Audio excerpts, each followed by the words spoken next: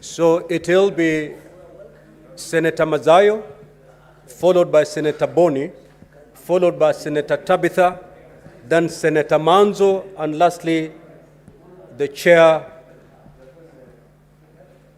Senator Methu, whose docket handles matters climate change.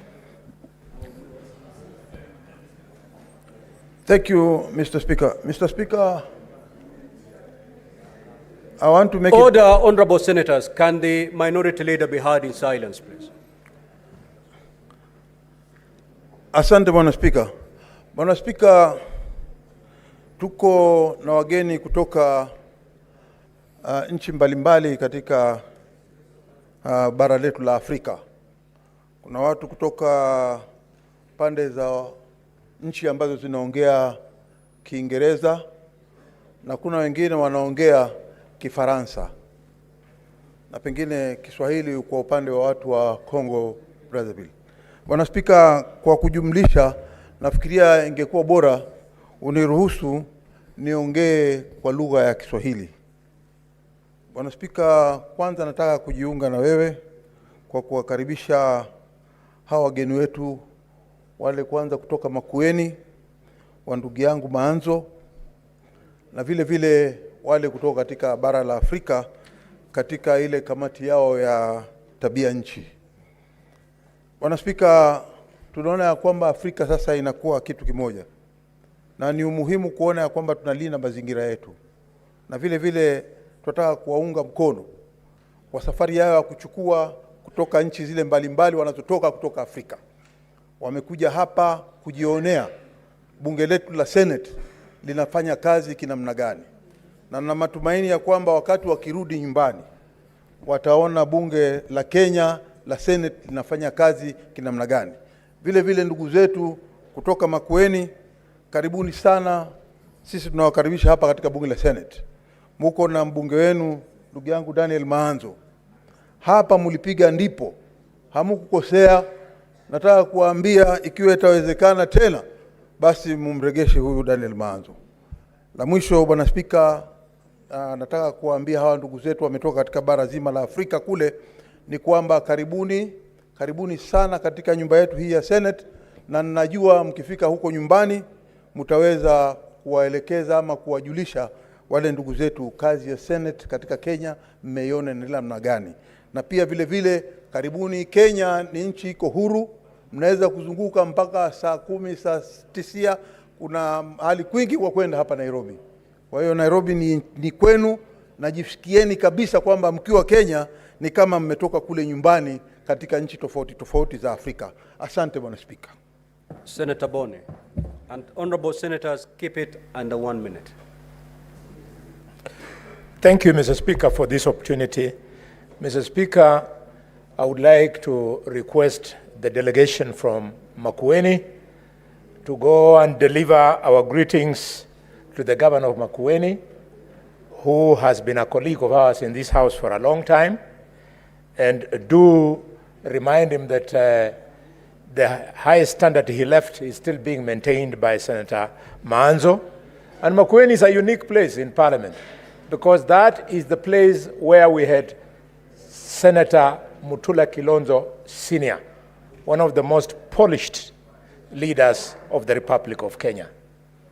Finally, Mr. Speaker, our visitors from Africa, you're most welcome. And Mr. Speaker, allow me to use this opportunity to request the parliamentarians of West Africa, the western part of Africa, you must come together to ensure that the fighting in Congo comes to an end. It is over 70 years, Mr. Speaker, when Patrice Lumumba died because of the rich gold and mineral deposits in DRC. It cannot continue forever. In fact, the member of parliament from DRC, when you go back, send my greetings to my cousins there. The people in Eastern Congo are the same ones who are in the western part of Kenya, and that's why there is respect for the Congo forest and there is respect for the Kakamega forest, the only existing tropical forest on the continent of Africa. Thank you, Mr. Speaker.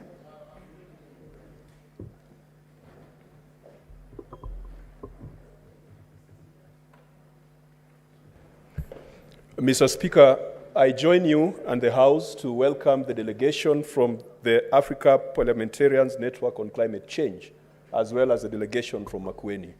Mr. Speaker, allow me also to take this opportunity to wish you a happy birthday. It is not... I know there are some old men who don't know their dates of birth, and so they like Senator Bass, so he's not very amused. Mr. Speaker, as we welcome the delegation, I also want to thank you for creating time. I know at 4 o'clock you'll be having a conversation with the honorable members of parliament. I want to thank you that in the last September, when Kenya hosted the African Climate Summit, this parliament brought together members of parliament from 28 African countries, and the meeting was held under your direction and patronage. Today, we have members of parliament from 12 African nations who have come here to strategize on how members of parliament can be players in the climate change conversation. Mr. Speaker, yesterday, the President of the Republic of Kenya, His Excellency William Ruto, was hosting African heads of state in New York in his capacity as a chair of the Heads of State Climate Change Committee. And so Kenya has always provided leadership on climate change matters, and I know at the right time you'll allow me to make a substantive statement on the reason why the members of parliament are here. Mr. Speaker, I join you in welcoming them so that I do not waste a lot of time. And if you may have noticed that the member from Guinea drew the loudest applause, especially from Senator Madzayo. Senator Madzayo also reminds me that now that I have the floor, and we have 12 African countries in the Speaker's gallery, that it would be proper to ask for their support for a Raila Odinga chairmanship of the African Union. Thank you, Mr. Speaker, and welcome, honorable members. Senator Manzo. Thank you, Mr. Speaker. I take the opportunity to welcome the delegation from Makueni County Assembly and also the members of parliament from various countries of Africa. And Mr. Speaker, I want to wish them well here in Kenya, welcome them and tell them we are doing very well when it comes to matters dealing with climate change. And I'm sure during your stay here, you are going to learn a lot more. I have been to quite a number of countries where they come from, like the Congo, where I usually represent this house in the prayer breakfast, and want to wish all African countries a good stay here in Kenya, and we hope to interact more so that we may share more in relation to climate change. And similar to the team from Makueni, that we want you to send you home with greetings to the people of Makueni, and I hope you have learned a lot from the Honorable Kajwang, whose committee is hosting you, and the other members of parliament on how best to check the executive in Makueni. I thank you, Mr. Speaker. Senator Tabitha.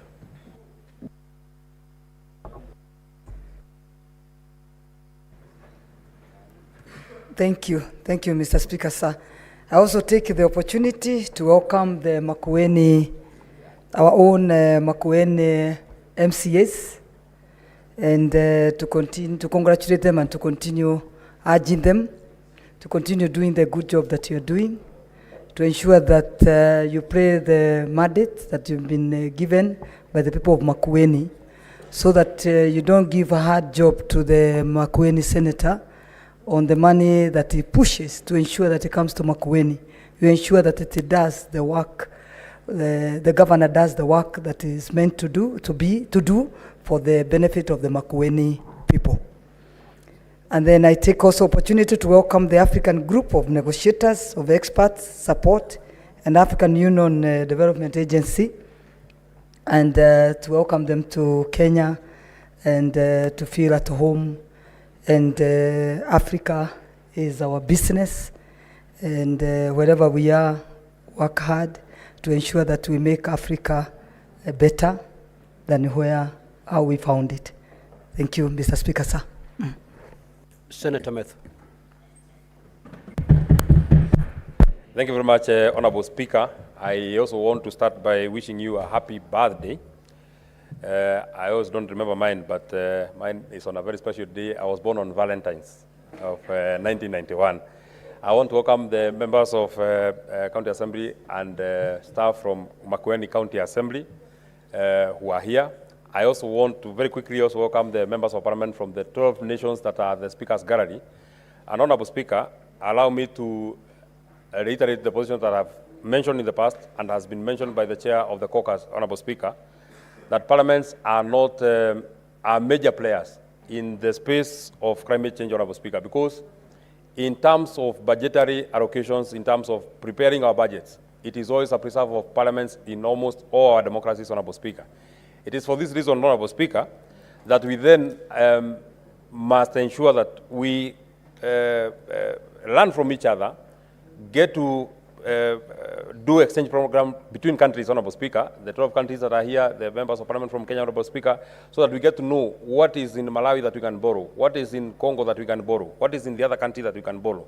Finally, Honorable Speaker, allow me to appreciate the African Group of Negotiators Expert Support, Agnes, Honorable Speaker, for being in the forefront of ensuring that they build the capacity of members of Parliament, Honorable Speaker, so that even as we speak about the space that we are speaking about of climate change, Honorable Speaker, our members are well equipped with the information that they require, so that going forward, it is not a question of something that comes at the tail end of the conversations. It is something that be at the meat, at the center of all the conversations that we shall be having as a people, as a country, as a continent, Honorable Speaker. I thank you. Next order. Order number 3, messages. Order number 4, petitions. Order number 5, papers. The Senate Majority Leader. Senate Majority Leader. Yes, sir. Proceed.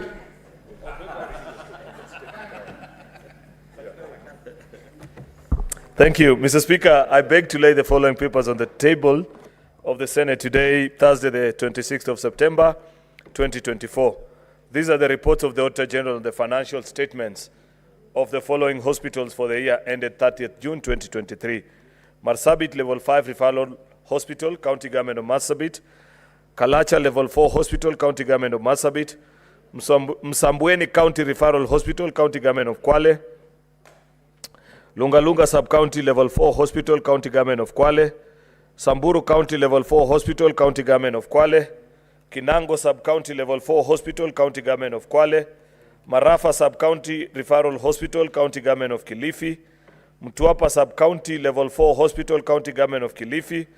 Otoro Level 4 Hospital, County Government of Homa Bay. Rachuonyo County Hospital, County Government of Homa Bay. Rangwe Level 4 Hospital, County Government of Homa Bay. Nanyuki Teaching and Referral Hospital, County Government of Laikipia. Nyahururu County Referral Hospital, County Government of Laikipia. Nakuru County Teaching and Referral Hospital, County Government of Nakuru. Soin Level 4 Hospital, County Government of Nakuru. Annex Hospital, Nakuru Level 4 Hospital, County Government of Nakuru. Gilgil Sub-County Hospital, County Government of Nakuru. Olenguruoni Level 4 Hospital, County Government of Nakuru. Molo Level 4 Hospital, County Government of Nakuru. Njoro Level 4 Hospital, County Government of Nakuru. Miriugi Karaoke Sub-County Level 4 Hospital in Nakuru. Elbagon Level 4 in Nakuru as well. Mukurueni Sub-County Level 4 Hospital in Nyeri. Othaya Sub-County Level 4 Hospital in Nyeri. Karatina Sub-County Level 4 Hospital in Nyeri. Mount Kenya Sub-County Level 4 Hospital in Nyeri. Kiambu Level 5 Hospital in Kiambu County. Igegania Level 4 Hospital in Kiambu County. Ruiru Level 4 Hospital in Kiambu County. Obakamoth Sub-County Level 4 Hospital in Kisumu. Chulaimbo Level 4 Hospital in County Government of Kisumu. Ojola Sub-County Level 4 Hospital in the County Government of Kisumu. Mr. Speaker, I beg to lay. Thank you.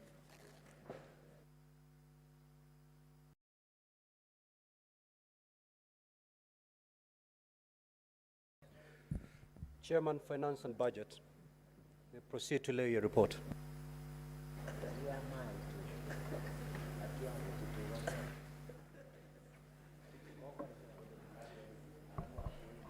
Mr. Speaker, sir, I beg to lay the following paper on the table of the Senate today, Thursday, the 26th of September 2024.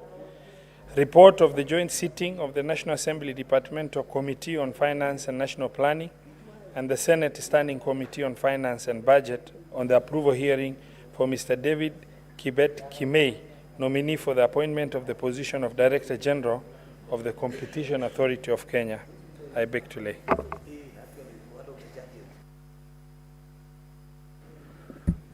Honorable Senators, before I call the next order, I have this further communication to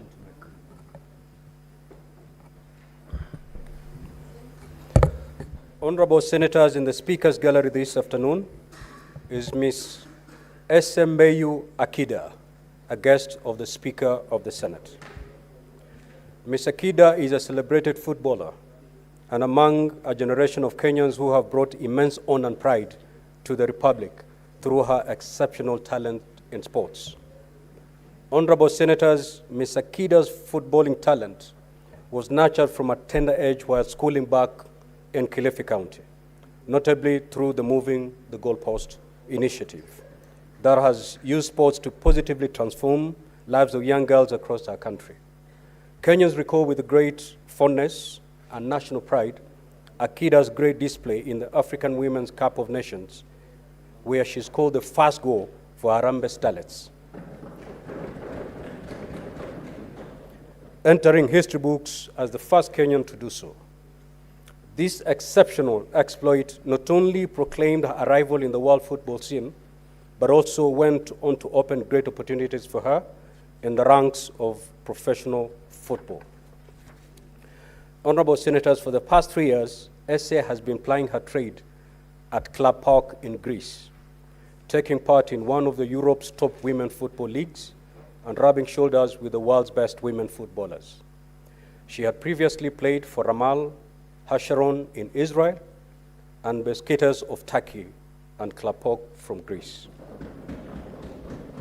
Here at home, the contributions of Akida's generation of women footballers is what laid the solid foundation for the historic achievement of the prolific under-19 Harambee Starlets team, which recently qualified for the World Cup competition for this category of women footballers to be held later next month in Dominican Republic. Ms. Akida's exploits go beyond football. Back home in Kilifi County, she has carved a niche for herself through exceptional philanthropic work and distinguished community service through the ESS Akida Foundation that she founded and runs through her personal resources, which has played a pivotal role in giving hope to many girls, especially those from humble backgrounds.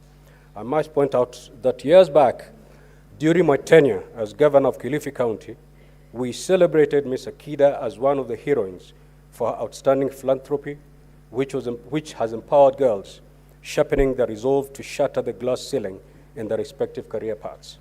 I congratulate Ms. Akida for taking time to document her eventful journey in life in a new book titled Chained, in which she reflects on the challenges she went through and how she triumphed. Her book provides girls growing under similar circumstances with insights and inspiration to use their talents to create and exploit opportunities that come their way in life. Honorable Senators, in our usual tradition of receiving and welcoming visitors to Parliament, I extend a warm welcome to SMBU Akida, and on behalf of the Senate, on my own behalf, wish her a fruitful visit. I will allow the Senator for Kilifi and the Senate Majority Leader under 1 minute to extend a word of welcome.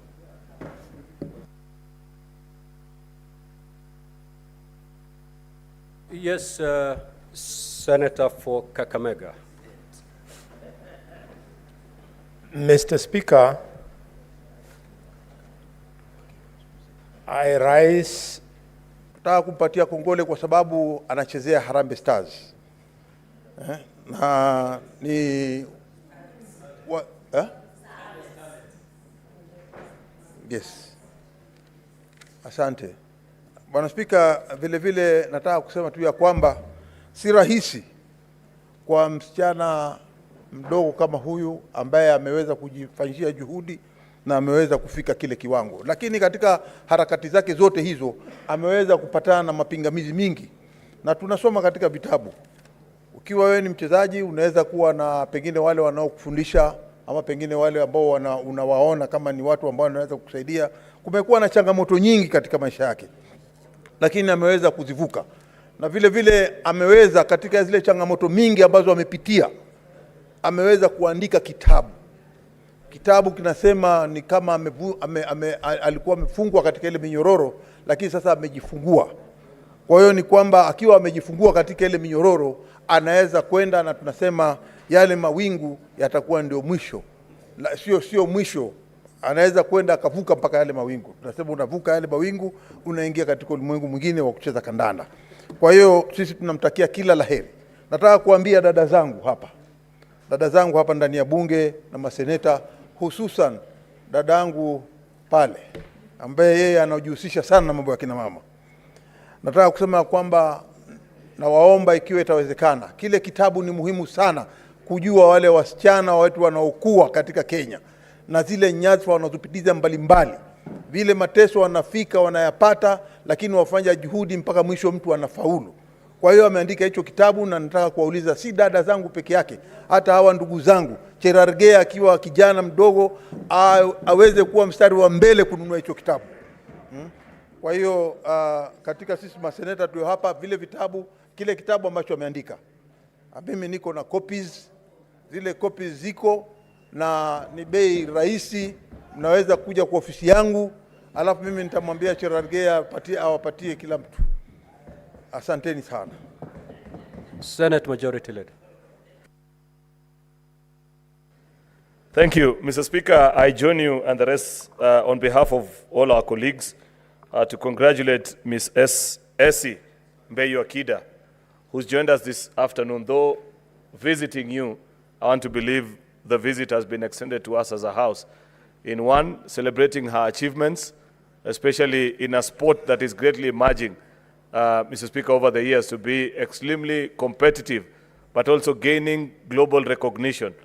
Mr. Speaker, the women's football game has gained serious attraction to fans the last few years that perhaps in the next few years, Mr. Speaker, if you are not careful, it will actually become more popular than the men's sports.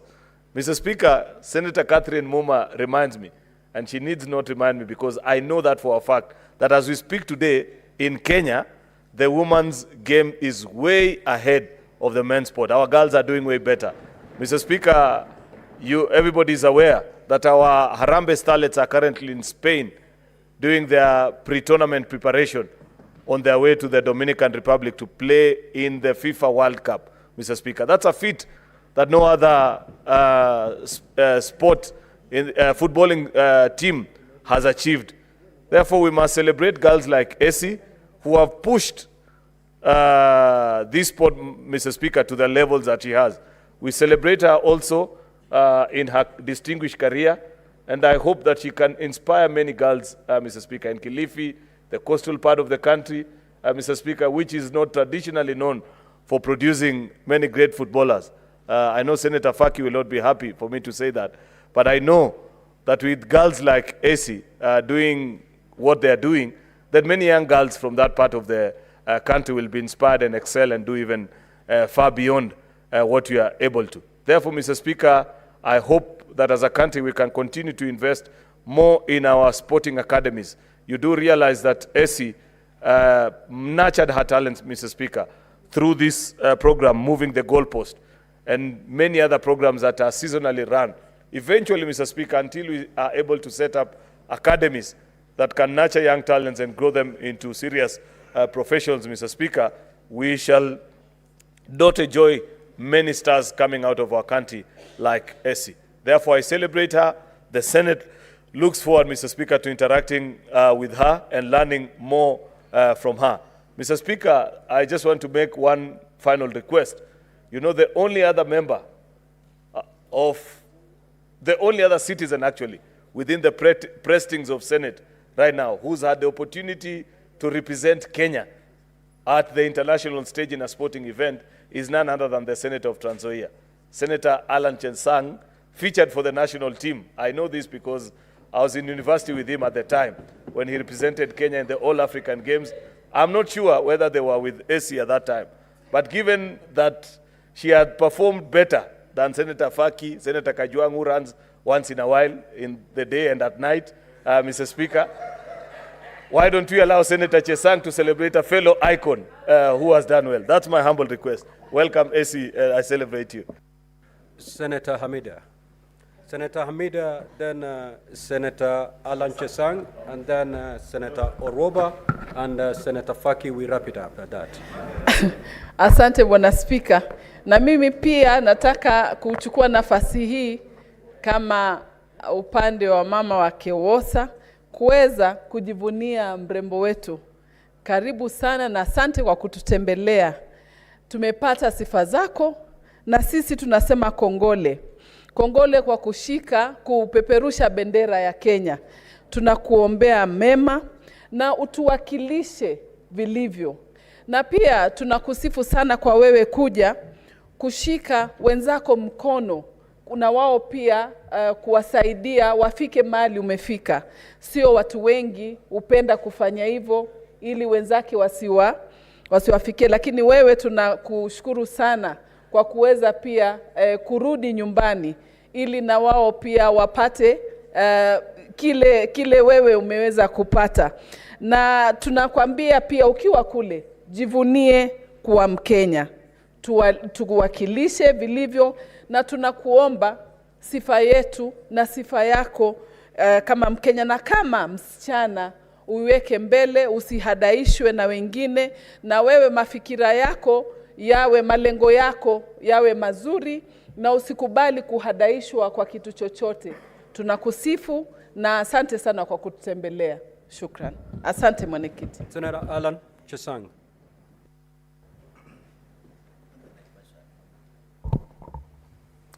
Thank you, Mr. Speaker. I rise first and foremost to congratulate ESS Akida. Mr. Speaker, I'm a very proud senator in this house, Mr. Speaker.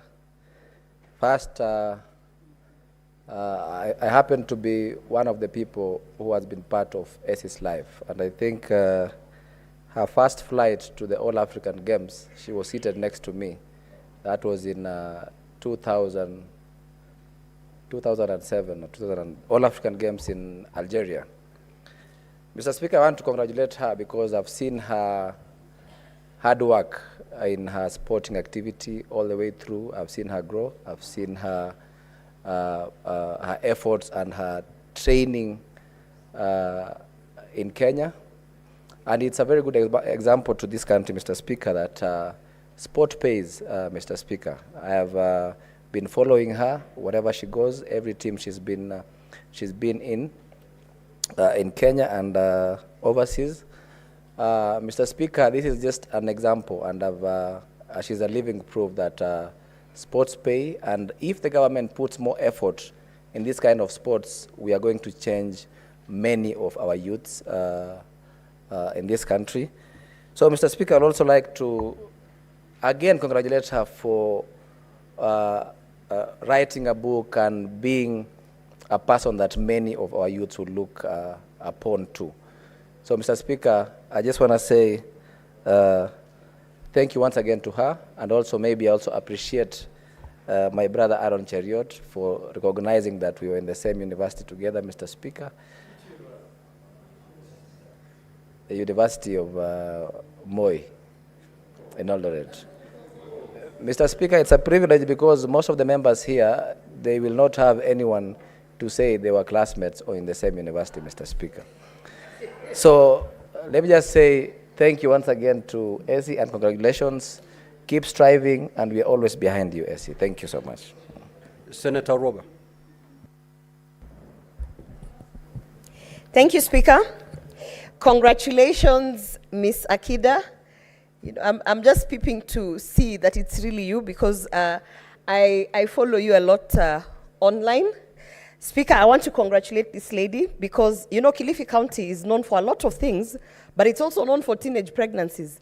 And I know that, you know, when they look up to someone like Ms. Akida, they understand that there's hope, there are other things that we can do, and that girls can actually break that barrier. So Ms. Akida, as you go back home, I want to urge you to hold the hands of those many girls. You know, in Kilifi County, 28.9% is the prevalence rate for teenage pregnancies. That's 4,000 girls every year who are actually, you know, being impregnated, because for whatever reason, you know, we have sex for pads, we have what, but also there is this hopelessness that they can't be anything in life. So congratulations, and please hold the hands of many girls out there so that they can look up to you and you can change your community from that perspective. Thank you.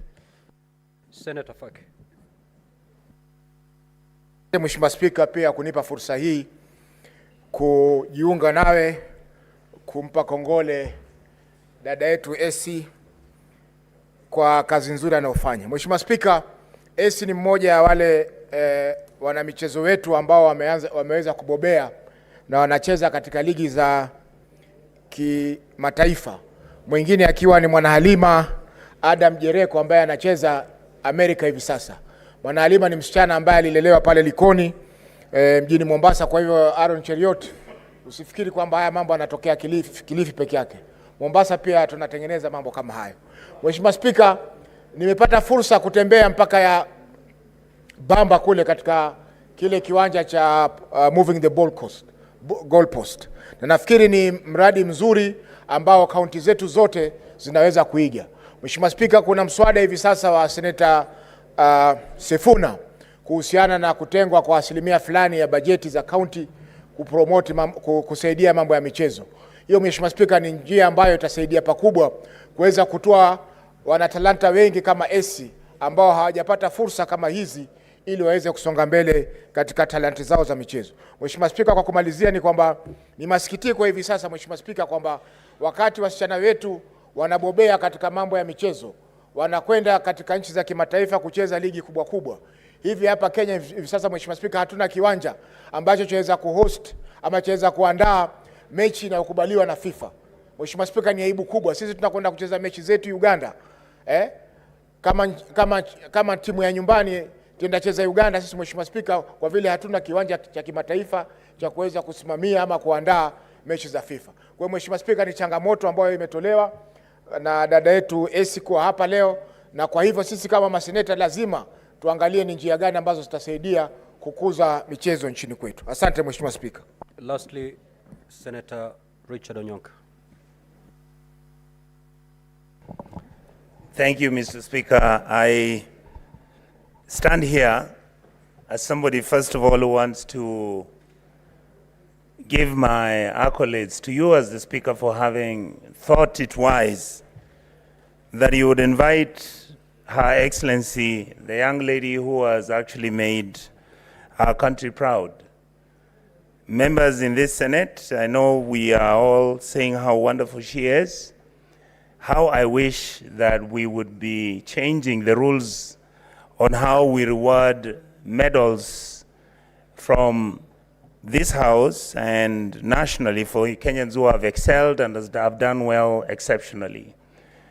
Mr. Speaker, I would hope that once you have gone back to Kilifi, of course, you know her personally now, you'll actually enable her to continue. And most probably, ask many of us to participate in a league with my friend Stuart Mazayo. We would actually, I wouldn't mind sending our young ladies from Kisii County, because there are football teams there, so that they can be going to Kilifi, they play, and then we can invite the other players from Kilifi or Kisii to attend. Finally, Mr. Speaker, I'd like to say that as Kenyan leaders, we have not treated our sportsmen, sportswomen, our musicians, our people who perform in theater, and people who perform in all the other sectors. I think we need to improve on that. I think we are all seized and we understand the importance for the reason that right now everybody is a content creator.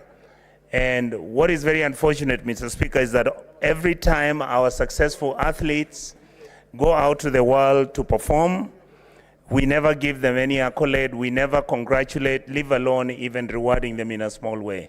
I think this House should seize itself and make sure that we start making sure that we congratulate our African athletes, Kenyan athletes, and those ones who come from several areas. Finally, Mr. Speaker, I want to thank the team from Makueni that has come here for benchmarking, and the team from the African Witnesses who are here. I think it's a great honor to see both sides coming and watching what we do in this House. Thank you so much, Mr. Speaker, for giving me the opportunity. Senator Beth Zengo, finalize that.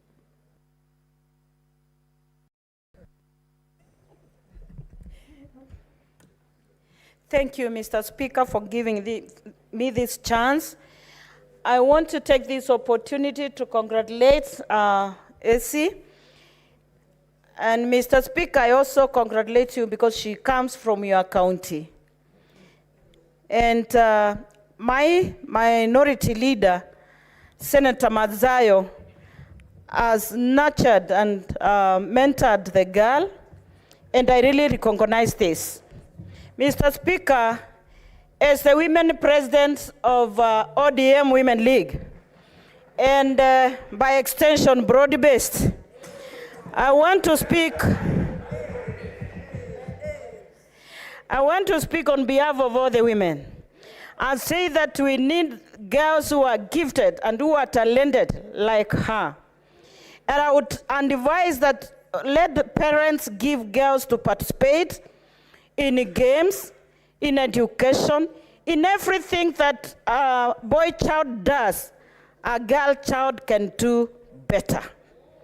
I want to thank you, Mr. Speaker, and ask that the book that she has written, that it gets out and gets to the hands of our young girls and even mature women, that we may read, we may be motivated, we may be encouraged, and also borrow a leaf from her. Thank you, Mr. Speaker, sir. Next order.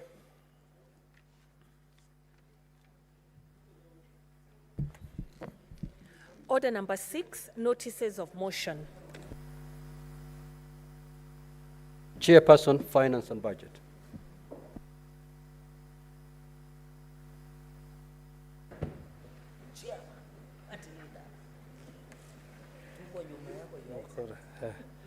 Mr. Speaker, sir, I beg to give notice of the following motion, that the Senate adopts the report of the joint sitting of the National Assembly Departmental Committee on Finance and National Planning and the Senate Standing Committee on Finance and Budget on the approval hearing of Mr. David Kibet Kemei, nominee for the appointment for the position of Director General of the Competition Authority of Kenya.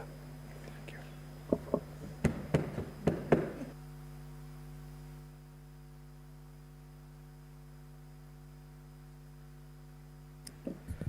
Next order.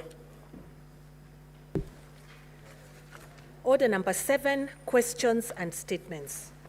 The Honorable Kajuan.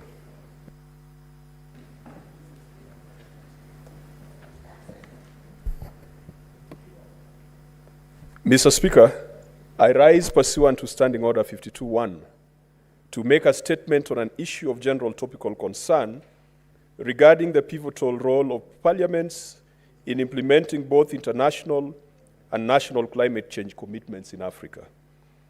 Mr. Speaker, between the 1st and 5th of September 2024, the National Assembly of Cote d'Ivoire, in partnership with the African Group of Negotiators for Expert Support, AGNES, and the African Union Development Agency, hosted a high-level meeting of parliamentarians in Abidjan.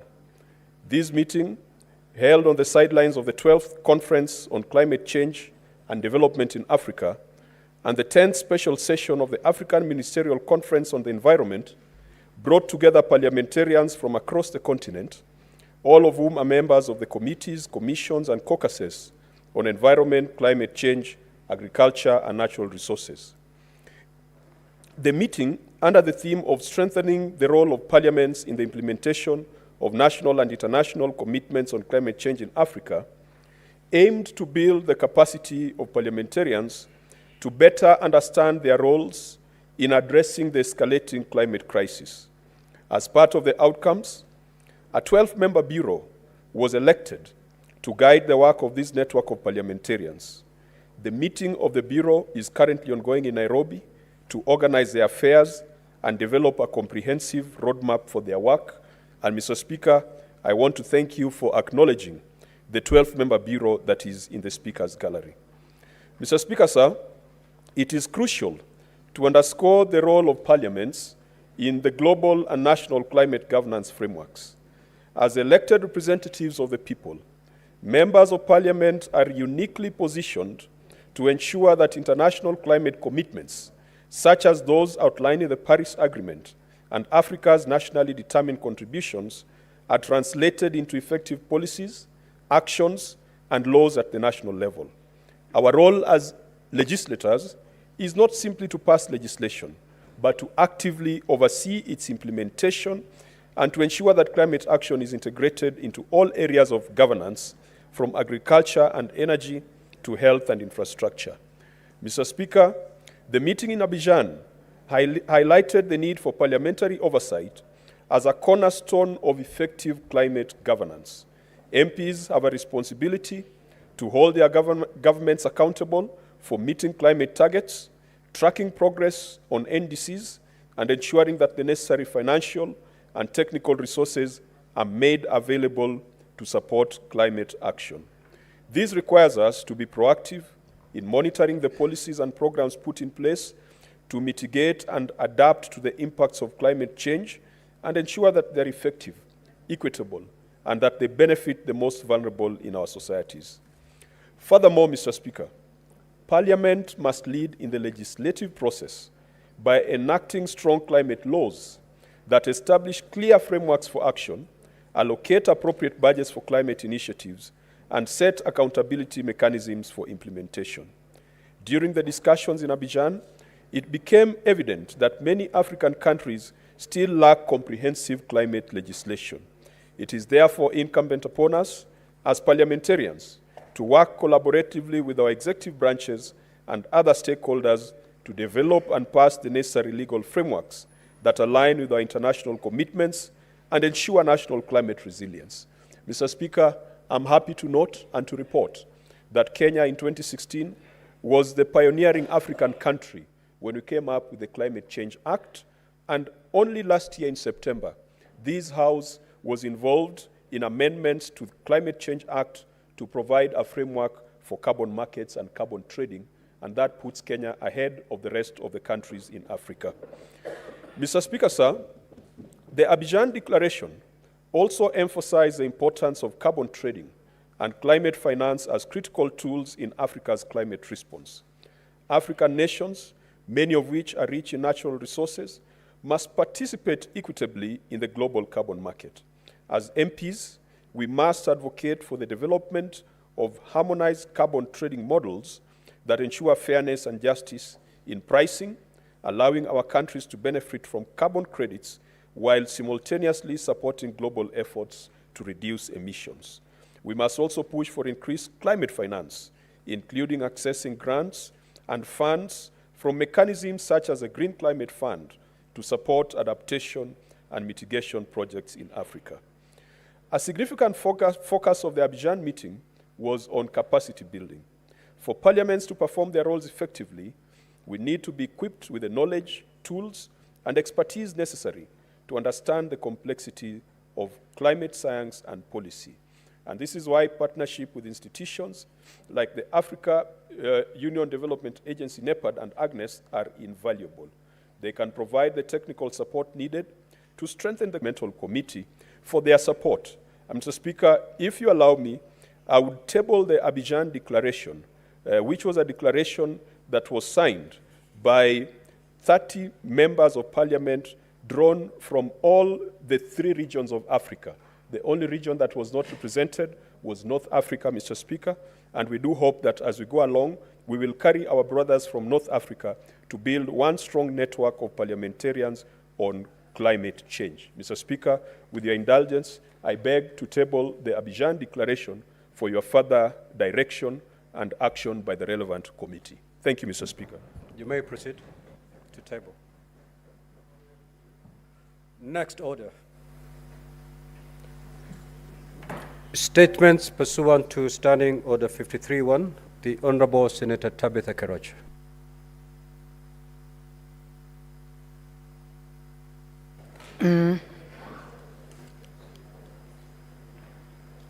Mr. Speaker, sir, I raise, Mr. Speaker, sir, I rise pursuant to Standing Order 53-1 to seek a statement from the Standing Committee on Land, Environment and Natural Resources regarding the status of compensations for the victims of the Mai Mahiu floods tragedy. In the statement, the committee should explain to the Senate why there is discrimination in the compensation for victims of the Mai Mahiu floods tragedy and investigate allegations that the victims are being divided along the lines of those who had rented houses and those who owned houses, yet all of them were affected by the same magnitude of tragedy, where all of them lost their loved ones, property, and businesses. Explain reasons for the inordinate delay in the replacement of personal documents such as the birth certificates, academic documents, identification documents, and KRA pins belonging to the flood victims, which were recorded by Huduma Center officials who had set a temporary office on site and state for timelines within which the said documents will be availed to ensure they are not denied access to government and banking services as well as jobs opportunities as it is today. Explain why the Ministry of Interior and Coordination of National Government through the state government for special departments, special programs has failed to keep the promise to the fully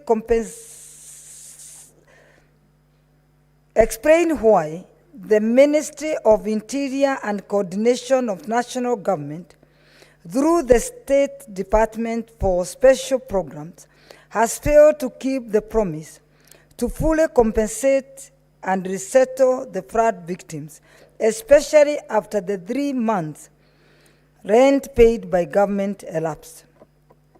State when the team of experts promised by the government will visit the site to evaluate whether the areas is now risk-free and safe for human habitation, and make recommendations for alternative land for resettlement of the victims.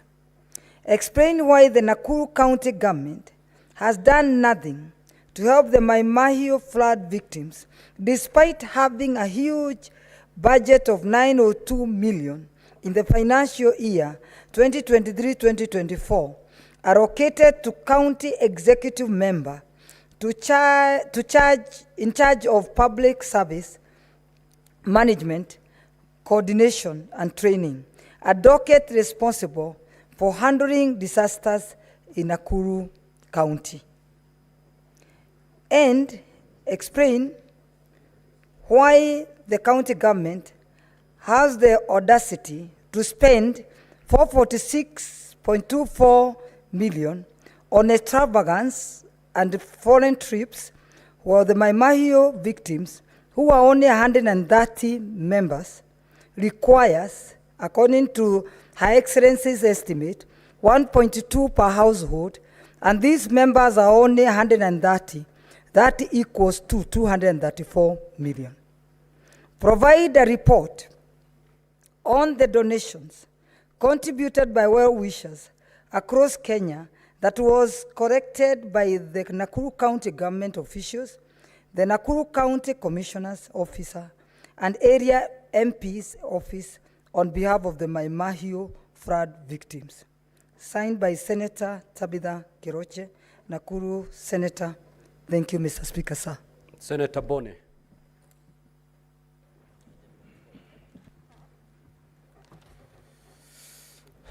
Thank you, Mr. Speaker. Mr. Speaker, sir, I rise pursuant to Standing Order number 53-1 to seek a medical to seek a statement, not medical, to seek a statement. I'm sorry.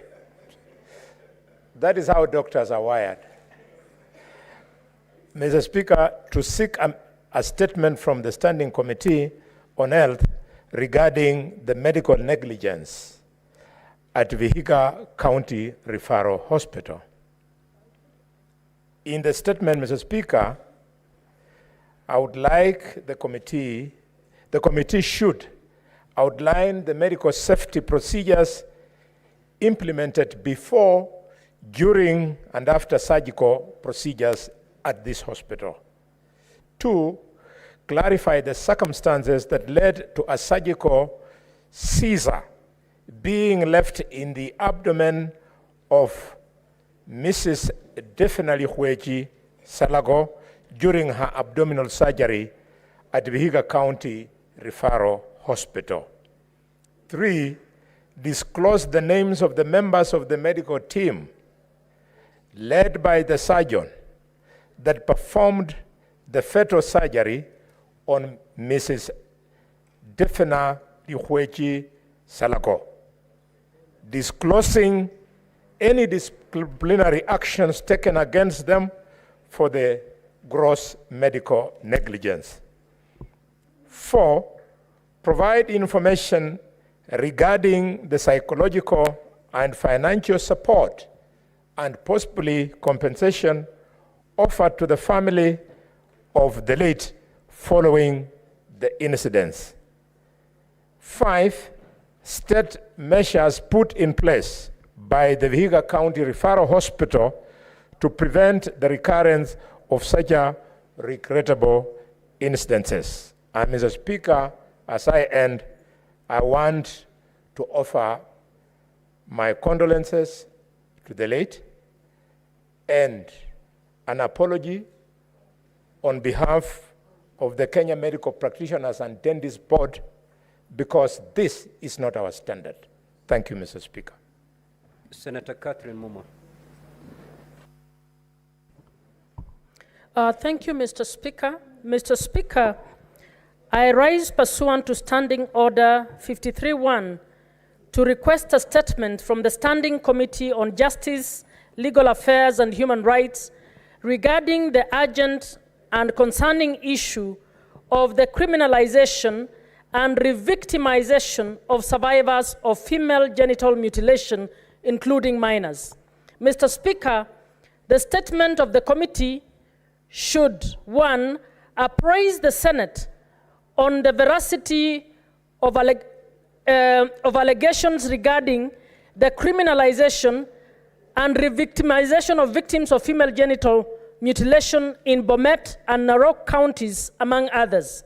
In so doing, the committee should confirm to the Senate, 1, the number of victims, survivors of female genital mutilation, including minors, that have been prosecuted for the alleged offenses of procuring FGM, aiding and abetting FGM, and failure to report FGM under the Prohibition of Female Genital Mutilation Act. B, how many of the accused victims and survivors of female genital mutilation have been subjected to the inhumane and degrading treatment of forced genital examination to procure prosecution evidence against them.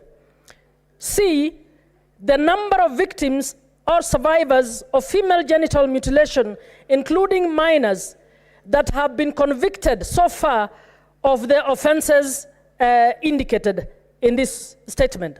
and whether they had access to legal representation during their trials. D, the number of victims, survivors of female genital mutilation convicted and sentenced under this law and the nature of sentences meted against them. Number 2, could the committee invite the cabinet secretaries for the ministries of Interior, National Administration, and Government Coordination, Ministry of Health, Ministry of Education, the Attorney General, the Inspector General, the Director of Public Prosecutions, the National Gender and Equality Commission, and the Kenya National Commission on Human Rights, including the National Syndemic Diseases Control Council, to discuss a proactive policy response to this concerning issue. Finally, could the committee organize a meeting with the Chief Justice of Kenya, the National Council for Administration of Justice, and other justice sector stakeholders to come up with the most appropriate policy in response to this concerning issue? I thank you, Mr. Speaker. Senator Faki. Thank you, Mr. Speaker, sir.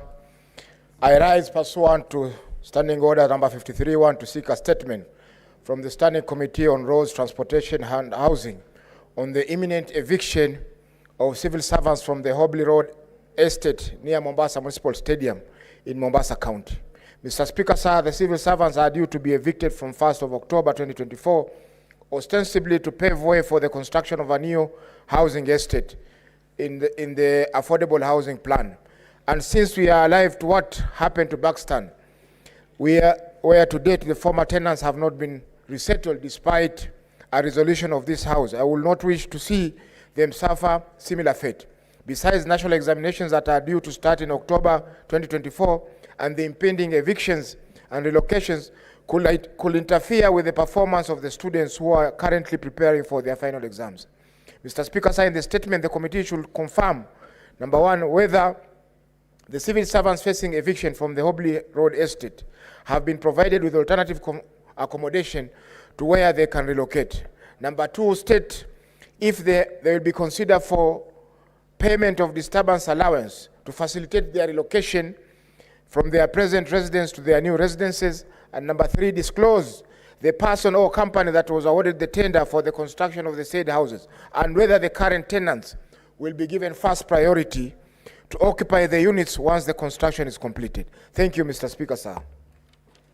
Senator Wakoli. Those two statements are dropped. Senator Osotsi.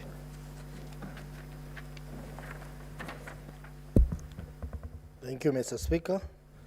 Mr. Speaker, I rise pursuant to Standing Order 53-1 to seek a statement from the Standing Committee on Devolution and Intergovernmental Relations concerning the implementation of the County Aggregation and Industrial Parks project across the counties.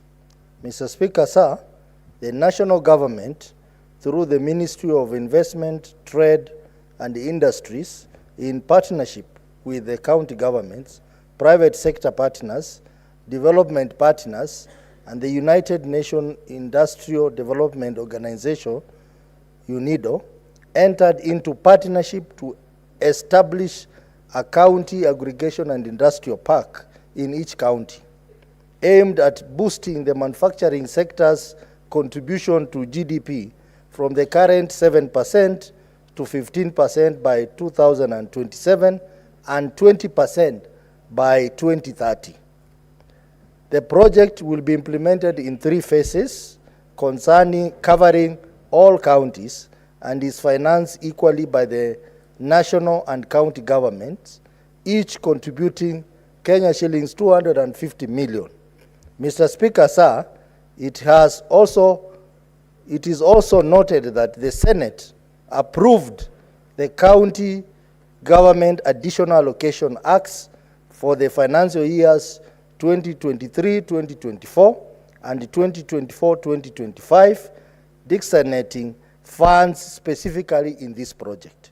In the statement, the committee should, 1, table a report on the current progress of construction of these industrial parks in all the 47 counties, specifying the timelines for completion and operationalization of the parks. 2, state the amount of funds that have so far been disbursed by the national government for each county government for construction of these parks vis-a-vis total funds allocated to each county, and give details of any other source of funding for the project, giving a detailed breakdown per county of the money spent towards the implementation of the project. 3, clarify the basis for the partnership between the national and county governments in the implementation of this project, including any agreements between the 2 levels of government as per Article 187 of the Constitution.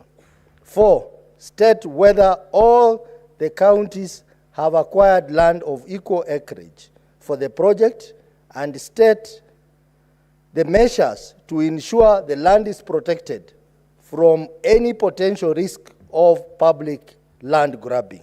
5, furnish the Senate with the relevant project documentation such as feasibility studies, procurement plans, bills of quantities, tender documents, and state measures for ensuring maximum accountability and timely auditing of financial records of the project by the Office of the Auditor General. And 6, and last, outline the challenges hindering project implementation, noting that no county has implemented the project, and detail the measures the government has put in place to expedite its realization across all the 47 counties. Signed by Senator Godfrey Osozi, MP and Deputy Party Leader, the Orange Democratic Movement. Senator Cherarke. Thank you, Madam Speaker. Request for statement on reduction of tea bonuses in certain regions in Kenya, such as Nandi, Kericho, Bomet, Nyamira, Kisii, Trans Nzoia, Bomet, among others. Madam Speaker, I raise pursuant to Standing Order 53.1 to seek a statement from the Standing Committee on Agriculture, Livestock and Fisheries regarding the reduction of tea bonuses in the regions I have mentioned across the country. Madam Speaker, in the statement, the committee should, 1, explain the criteria used to determine tea bonuses, amounts per kilogram to be paid to farmers by tea factories in Kenya, outlining any measures put in place to ensure transparency in the process and fairness to all other regions across Kenya. Madam Speaker, number 2, provide a schedule indicating tea bonuses, amounts per kilogram paid to farmers by tea factories in Kenya, explaining disparities in the amounts paid by the different factories across the country. Madam Speaker, number 3, explain why tea bonuses, amounts per kilogram in certain regions have reduced significantly from approximately 60 shillings last year as low as 19 shillings to 25 in Nandi County and the regions have said, and in other regions it's high up to 60 shillings in other regions. Madam Speaker, number 4, state why the Tea Board of Kenya, TBK, and the Kenya Tea Development Agency, KTDA, have failed to prescribe a minimum tea bonus amount per kilogram to protect tea farmers from exploitation across the country. Madam Speaker, and finally, clarify whether the government of Kenya is adequately prepared to supply the subsidized fertilizer ahead of the impending short rains between September, October, and November to support tea farmers and other farmers who have already been impacted by low tea bonuses from across the region of Nandi, Kericho, Bomet, Nyamira, Kisii, Trans Nzoia, and Bungoma, among others. I thank you, Madam Speaker. Senator Gloria.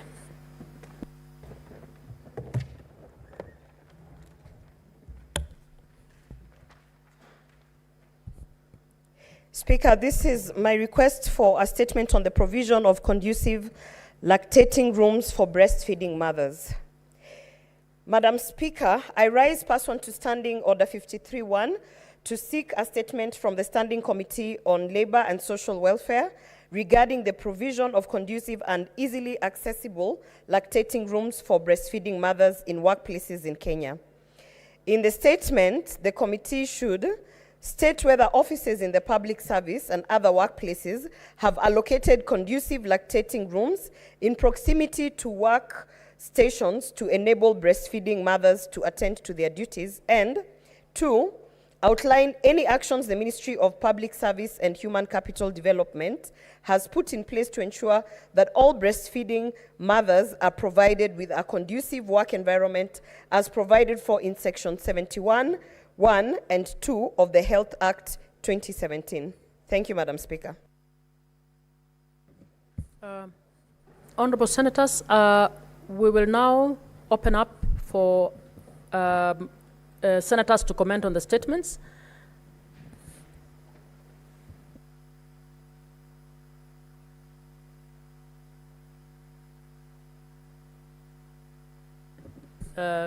Apologies. I think we move on to the next set statements pursuant to Standing Order 56-1 and Chairperson Standing Committee on Finance and Budget. Thank you very much, Madam Speaker. I rise pursuant to Standing Order 56-1A of the Standing Orders of the Senate to make a statement on the realization of Article 204 of the Constitution and the status of Equalization Fund. Madam Speaker, as you are aware, the Equalization Fund is established under Article 204(1) of the Constitution, which requires that 0.5% of all the revenue collected by the national government each year be paid into the fund. The amount is calculated based on the most recent audited accounts of revenue received and approved by the National Assembly. The primary object of the fund is to provide basic services including water, roads, health facilities, and electricity to the marginalized areas to the extent necessary to bring the quality of those services in those areas to a level generally enjoyed by the rest of the nation, so far as possible. Madam Speaker, while this fund is established under Article 204(1) of the Constitution, its premise can be found in the principles that underpin public finance and in particular Article 201(b) of the Constitution, which provides that the public finance system shall promote an equitable society, and in particular, expenditure shall promote the equitable development of the country, including by making special provision for marginalized groups and areas. Indeed, the Equalization Fund is one of the 4 funds established by the Constitution. This speaks to the central role of the fund which was intended to play in ensuring that no person is left behind in the building of the nation, whose values include equity, social justice, and protection of the marginalized. Madam Speaker, sadly, this inspiration to equity in development remains as elusive now as it was before the coming into force of the Constitution 2010. The Equalization Fund has faced numerous implementation challenges since inception, which have hindered effective operationalization of the fund. One of these delays was occasioned by the inordinate delay in the approval of the regulation for the administration of Equalization Fund. Whereas the fund started receiving statutory allocation from financial year 2011-2012, the first Equalization Fund Appropriation Act was enacted 6 years later, the financial year 2017-2018. This is attributed to the delays in the approval of the guidelines for the administration of the fund, which were appropriated in 2016. However, Madam Speaker, in 2019, These guidelines were nullified by the High Court in a petition number 272 of 2016, which led to further delay in the operationalization of the fund. It is notable that the regulations it is notable to note that the regulations currently in place were approved in 2021, 10 years after the inception of the fund. Madam Speaker, the fund faced further litigation in 2023 when conservatory orders were issued by the High Court of Kenya at Garissa, restraining the Commission of Revenue Allocation from implementing the second marginalization policy. This is due to concerns being raised on lack of public participation and naming of some beneficiary wards in Wajir County. This matter was eventually settled. Madam Speaker, another contributing factor to the operationalization of this fund has been the delay in the implementation of policies on marginalization. Due to the inordinate delay in approval of the regulation for the administration of the fund, the implementation of the policies has also been delayed. The first policy of marginalization, which was introduced in 2013, was implemented by Equalization Fund Appropriation Act of Financial Year 2017-2018. The policy was financed from the entitlement and allocation to the Equalization Fund for financial year 2014-2015, 2015-2016, and 2016-2017. Notably, the policy lapsed in 2016-2017, but implementation of the projects is ongoing. Latest statistics indicate that as of 31st May 2023, a total of 359 projects under the first policy were financed by Equalization Fund and were at different stages of implementation. Out of these, 243 projects are 100% complete. Madam Speaker, the second policy on marginalization came into force in 2018, and the projects therein were to be funded from the funds of financial year 2011-2012, 2012-2013, 2013-2014, 2017-2018, 2018-2019, and 2019-2020, as well as 2020-2021. The Equalization Fund Appropriation Act of 2023 and the allocation of Equalization Fund Appropriation Bill number 2 of 2023 for financial year 2023-2024 will be utilized to implement the second marginalization policy. Madam Speaker, despite the lapse of the second policy in June 2021, the status of implementation of these projects under the policy remains unclear. Madam Speaker, two policies running concurrently beyond their implementation timelines complicates oversight of the fund in addition to delaying returns on investment. Of even greater concern is that the third policy on marginalization is yet to be submitted to Parliament. Madam Speaker, the legislative and policy delays that I have conversed have led to an accumulation of arrears to the fund totaling to 33,597,717,433. In financial year 2011-2012, 2012-2013, and 2013-2014, the fund had no allocation since the first policy on marginalization on marginalized areas hadn't been developed by CRA. Further, financial year 2017-2018 to 2020-2021, there were no allocations to the fund due to nullification of the guidelines. However, since the fund resumed operation in 2021, the National Treasury has shown blatant disregard for the timely implementation of the fund's project and has failed to conclusively address the issue of accumulation of arrears.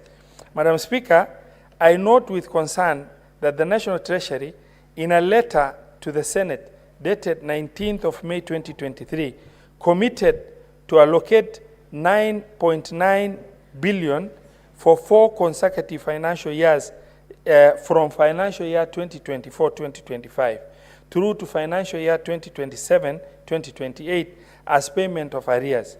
However, in the 2024-2025 budget, the National Treasury reneged on this commitment and allocated 3.5 billion only as Equalization Fund arrears.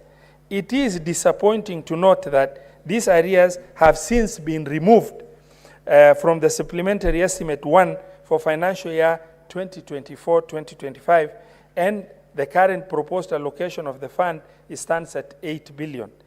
Indeed, even the Equalization Fund Appropriation Bill 2023, currently before the House, has faced similar fate with a reduction of about 790 million shillings from the 2.5 allocated as partial allocation for the arrears. There is simply no commitment towards conclusively addressing the issue of accumulation of arrears from the National Treasury. Madam Speaker, similarly, in the financial year 2022-2023, an amount of 10.3 billion appropriated to do an Equalization Fund Appropriation Act of 2023 was revised to 0, which is a complete illegality at the time of approval of supplementary budget 2 for financial year 2023-2024. This is despite the enactment of Equalization Fund Appropriation Act of 2023 on 30th of June 2023. To address this anomaly, the National Treasury committed to allocate 10.3 billion in the financial year 2023-2024 supplementary budget.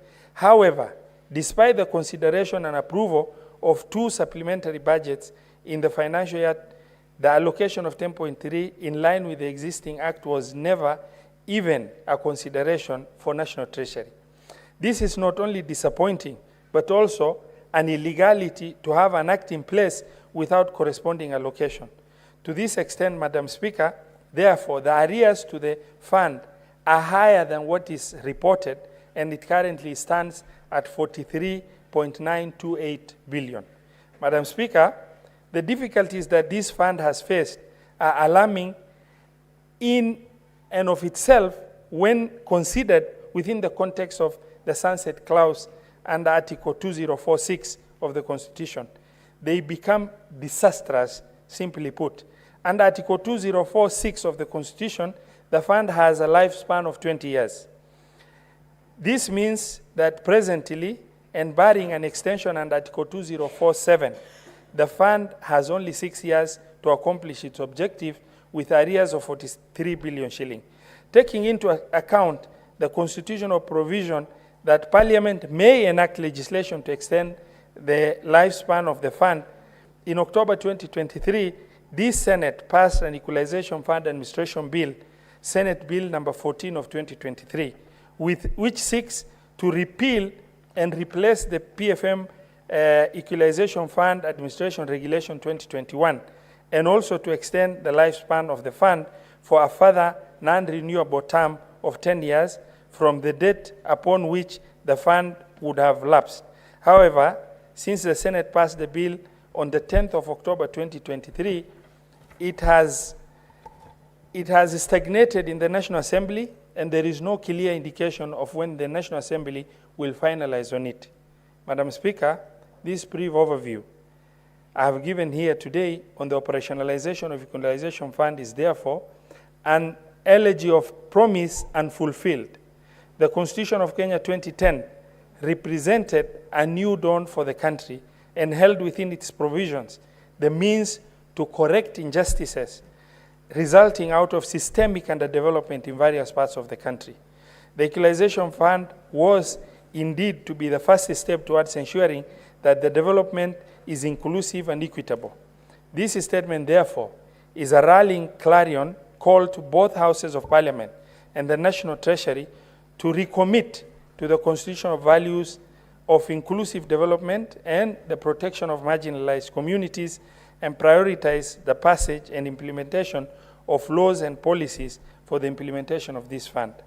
Signed by Senator Ali Ibrahim Roba, the Chairperson, Standing Committee on Finance and Budget, and the party leader of UDM. Thank you, Madam Speaker.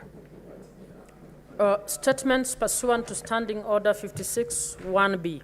The Chairperson, Standing Committee on Information, Communication and Technology.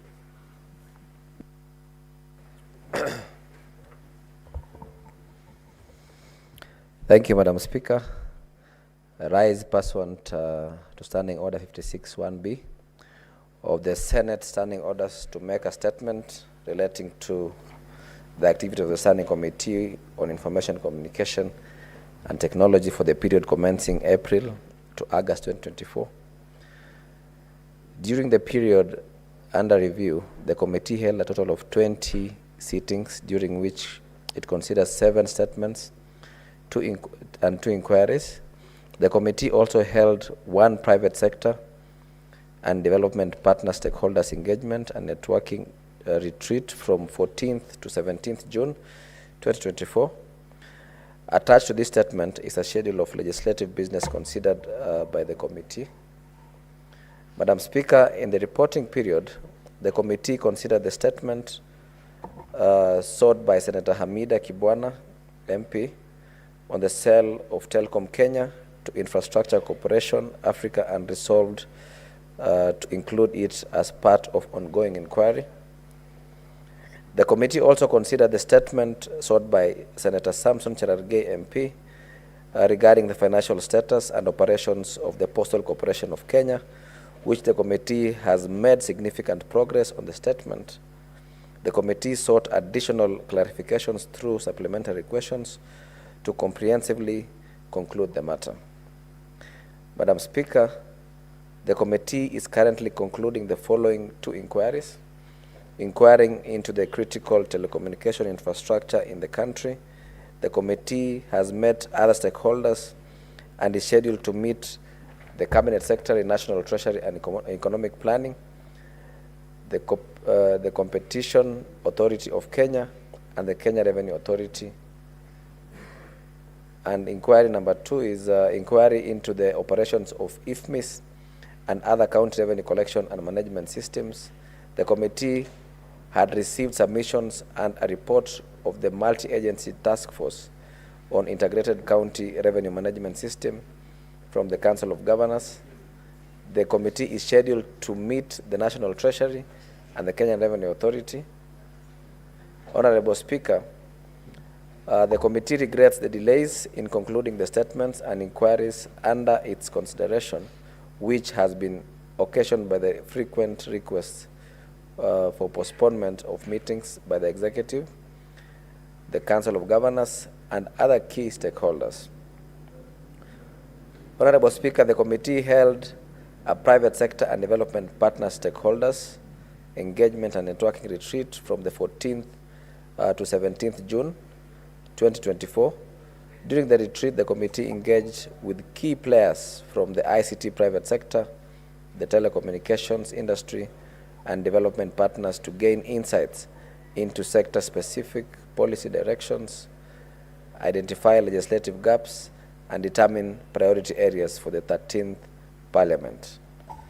Madam Speaker, in the next session, the committee will continue exploring measures to advocate for the reduction of import taxes on SIM cards and the zero rating of SIM card manufacturing materials to support local production, with the ultimate goal of providing free SIM cards for all citizens.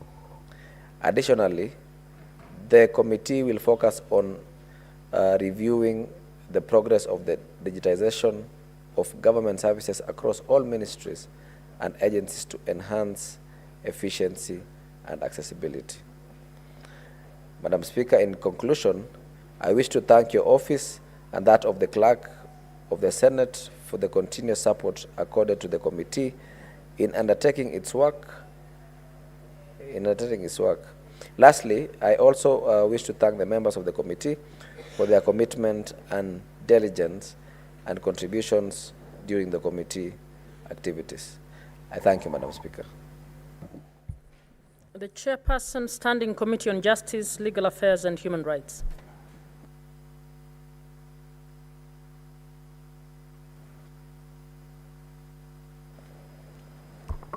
Thank you, Madam Speaker. I rise pursuant to Standing Order 56, 1B of the Senate, standing orders to make a statement relating to the activities of the Standing Committee on Justice, Legal Affairs and Human Rights for the period April to August 2024. During the period under reference, The committee held 31 sittings at which it considered various legislative proposals, bills, statements, petitions, inquiries, and held stakeholder engagements as set out here in below. Madam Speaker, under A, pre-publication scrutiny, the committee conducted pre-publication scrutiny of one legislative proposal, namely the Draft Constitution of Kenya Amendment Bill 2024, sponsored by the Honorable Senator Samson Cherargei, MP. The committee approved the proposal, which has since been published as a bill. Under bills, Madam Speaker, the committee considered a total of 12 bills during the reporting period.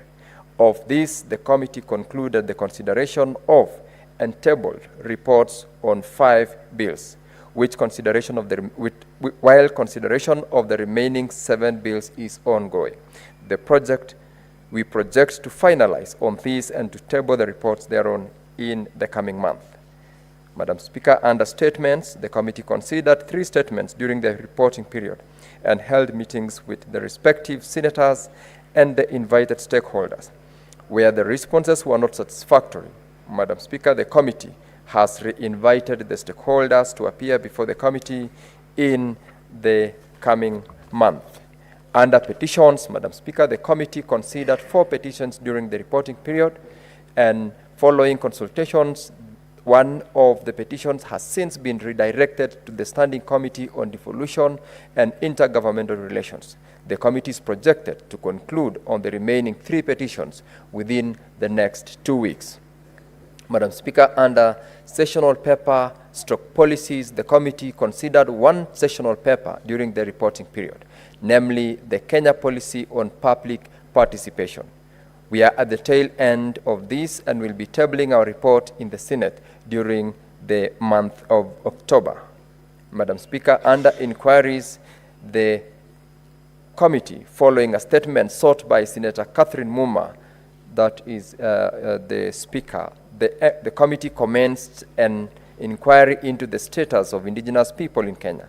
This is an ongoing, and the committee is scheduled to table a high-level meeting with the key stakeholder and non-state actors in the coming month, following which the committee shall table a report in the matter in the floor of the House.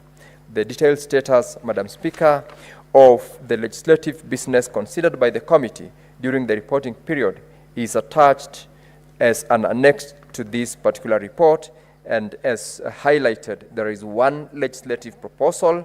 There are 14 bills, that is the Constitution of Kenya Amendment Bill 2023, Senate Bills number 15 of 2023, the Constitution of Kenya Amendment Bill, Senate Bill number 52 of 2023, which, Madam Speaker, was withdrawn by Senator Raphael Chimera on Tuesday. The House of Parliament Bicameral Relations Bill 2023, National Assembly Bills number 44 of 2023. This one was discussed earlier on this morning and subject to be concluded. The Statutory Instruments Amendment Bill, National Assembly Bills number 5 of 2023. The Statutory Instruments Amendment Bill, Senate Bills number 10 of 2024. The County Civic Education Bill 2024. The Law of Succession Amendment Bill 2023. Senate Bills number 20 of 2023.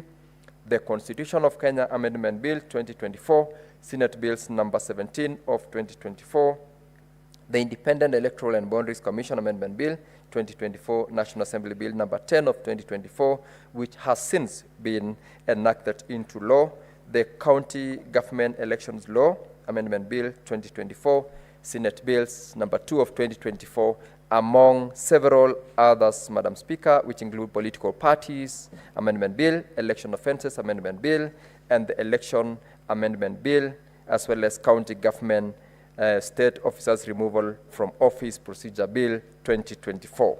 The statements, Madam Speaker, as sought by Senator Mohamed Chute on the status of courts construction projects in Kenya, statement by Senator Tabitha Mutinda on the assault of a female passenger by a matatu conductor along Thika Road, statement by Senator Edwin Sifuna on the predicament of Master Austin Karanja, a minor with hearing impairment who was mauled by school dogs on 28th of October 2023 at Isinya School for the Deaf. In petitions, petition by Christine Joki Mweru and Kupuo Network Awareness, as well as petition by Tribal the Impact CBO, and petition by Juan Laban Omusundi.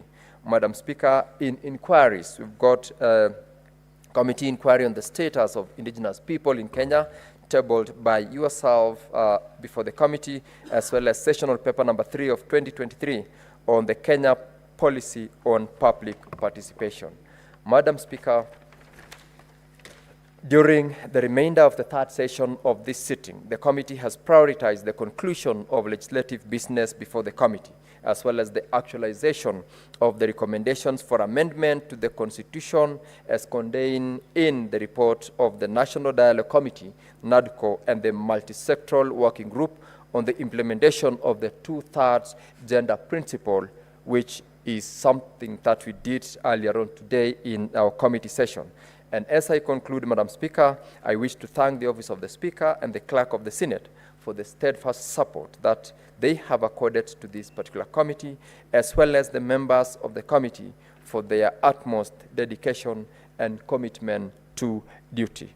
Madam Speaker, I thank you. Signed, Senator Wakili Hilary Sigei, Chairperson, Standing Committee on Justice, Legal Affairs, and Human Rights Committee. I thank you. The Chairperson, Standing Committee on Labor and Social Welfare.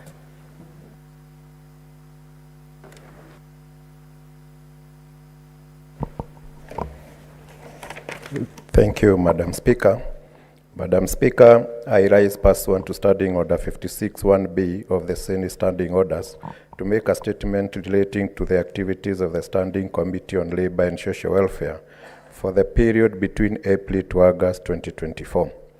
Madam Speaker, during the period under review, the committee held a total of 41 sittings, during which it considered 4 legislative proposals, 48 statements, 4 bills, and 2 petitions, and followed up on 1 Senate resolution. The committee undertook 1 county oversight and networking engagement on the welfare of workers in the export processing zones in Mombasa and Kilifi counties. The committee also held a stakeholder engagement with the Ministry of Youth Affairs, Creative Economy and Sports on various issues under its mandate. Attached to this statement is a schedule of the businesses considered by the committee. On statement, Honorable Speaker, in the reporting period, 27 statements were ongoing from the previous reporting period, and 16 statements were sought from the committee.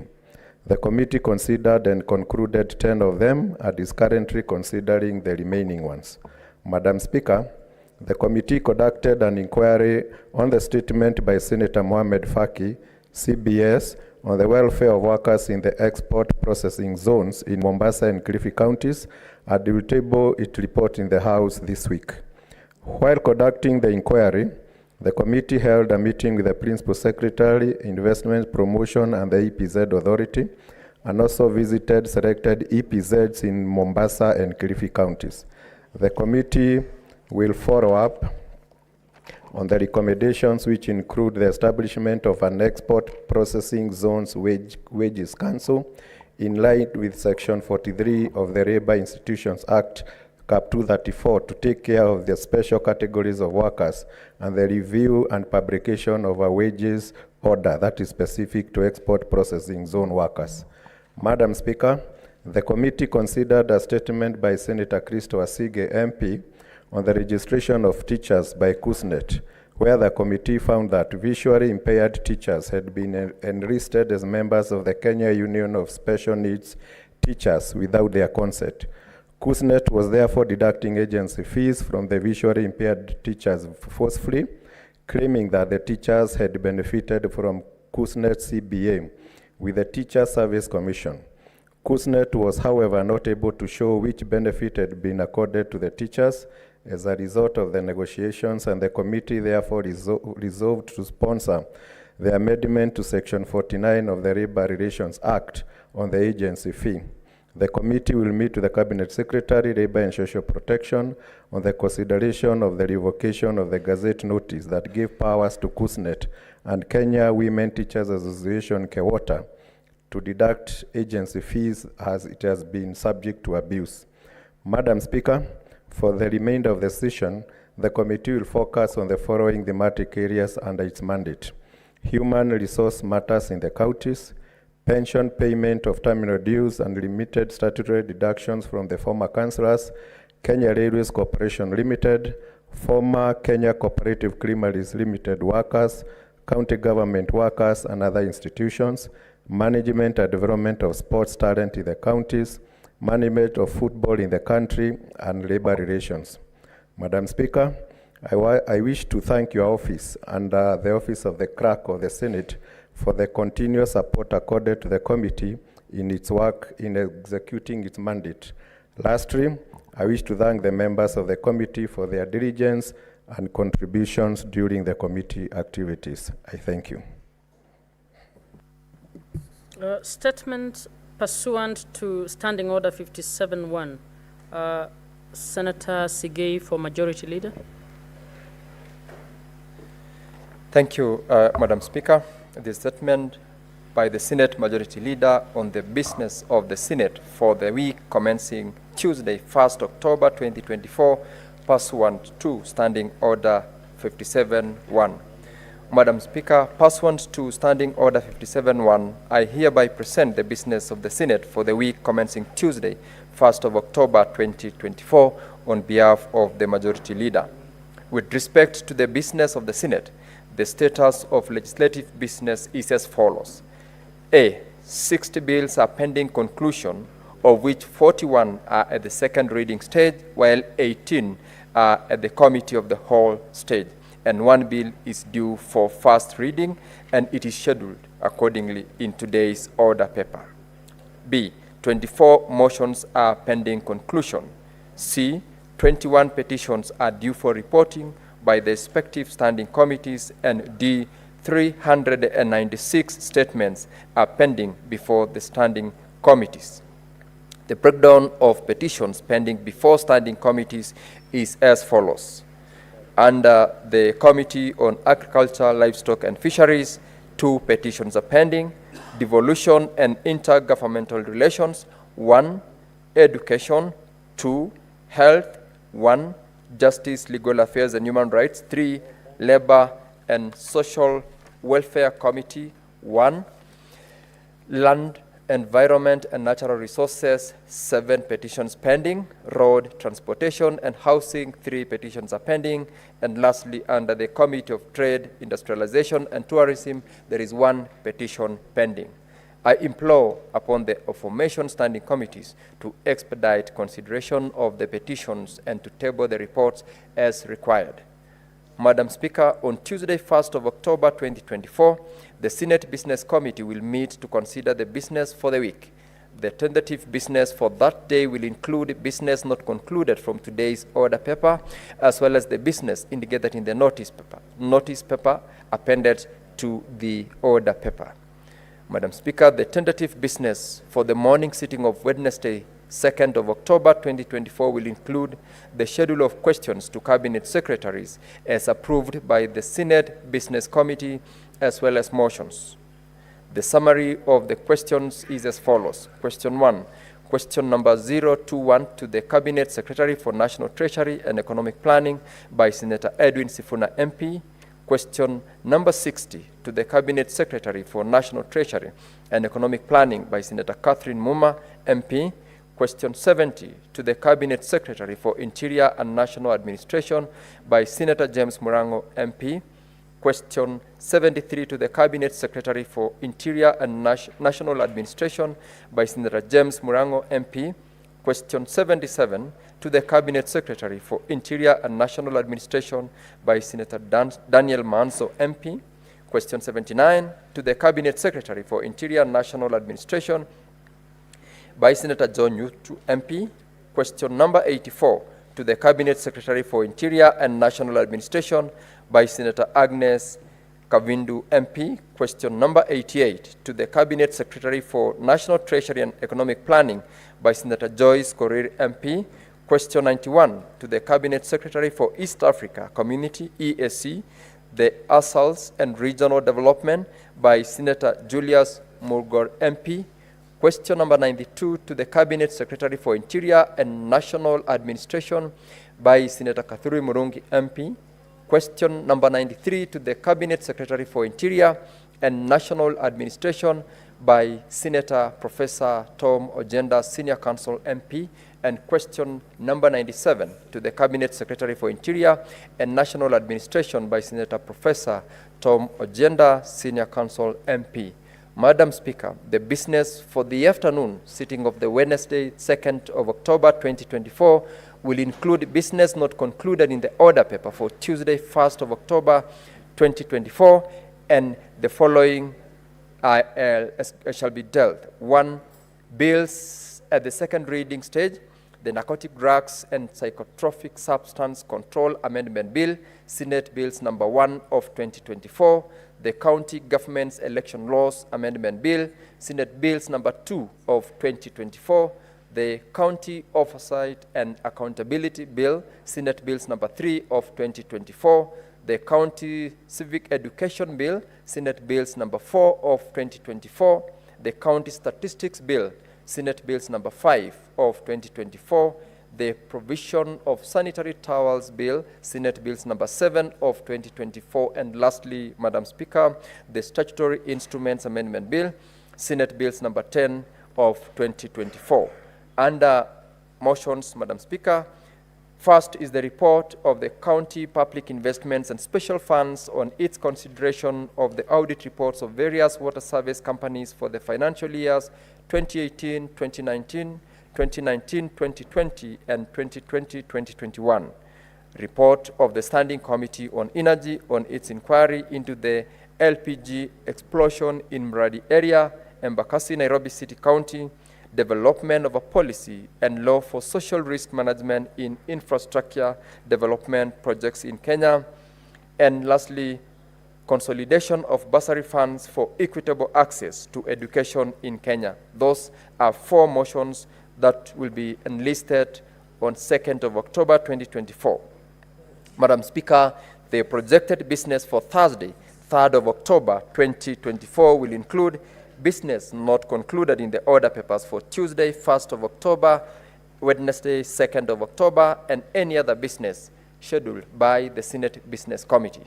Madam Speaker, from the foregoing and as witnessed in the order paper for today, pending business before the Senate is quite high.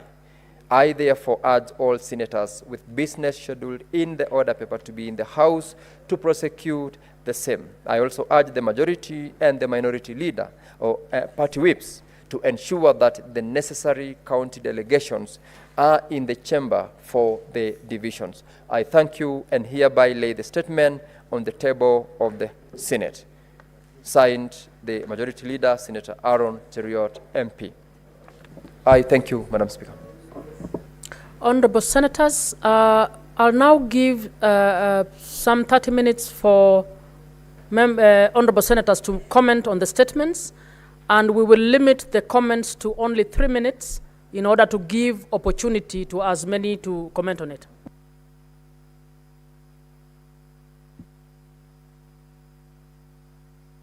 Senator Osoti. Thank you, Madam Speaker. Madam Speaker, I want to comment on a statement by the Senator of Kakamega, Boni Halwale, on the matter of medical negligence at Vihiga County Referral Hospital. Madam Speaker, this particular hospital is located within my county, and the matter in question, that is medical negligence, is not a new matter, Madam Speaker. Madam Speaker, you remember I brought a statement in this House regarding similar incidences of medical negligence at the hospital and other matters touching on the general management of the hospital. And the Committee of Health took its time. They went to Vihiga, that particular institution. They spent the whole day there. They came and interrogated the governor and made a report. Madam Speaker, I am concerned that that report, the county government of Vihiga has not started to implement significant aspects of that report. The only thing that I've seen that they are trying hard to do is completion of the hospital, the so-called Doctors Plaza. But the other serious management issues, including cases of medical negligence, are largely untouched. Madam Speaker, this particular lady who has died as a result of medical negligence, Madam Difina Likuyachi Salago, comes from Kakamega County. But there are others who have gone through this kind of incident, Madam Speaker. Madam Speaker, I want to call upon the Committee of Health to go back to Vihiga County, that particular hospital, because that particular hospital is increasingly becoming a crime scene, where corruption thrives, negligence, poor management of the hospital facility. I think substantive action needs to be taken by this House, because I've already reported this matter to this House. We have done a report. Why is the report not being implemented? So the hospital management for this particular institution should be held accountable, because it is very bad, Madam Speaker, for surgical scissors to be left in one's body. What kind of a doctor is that, Madam Speaker? Madam Speaker, we had a case where an old lady went through a dental operation, and she has been paralyzed. She comes from a village called Vialo there near Chavakali. She has been paralyzed all this, and the county government of Vihiga is doing nothing about this. Madam Speaker, I think it's a...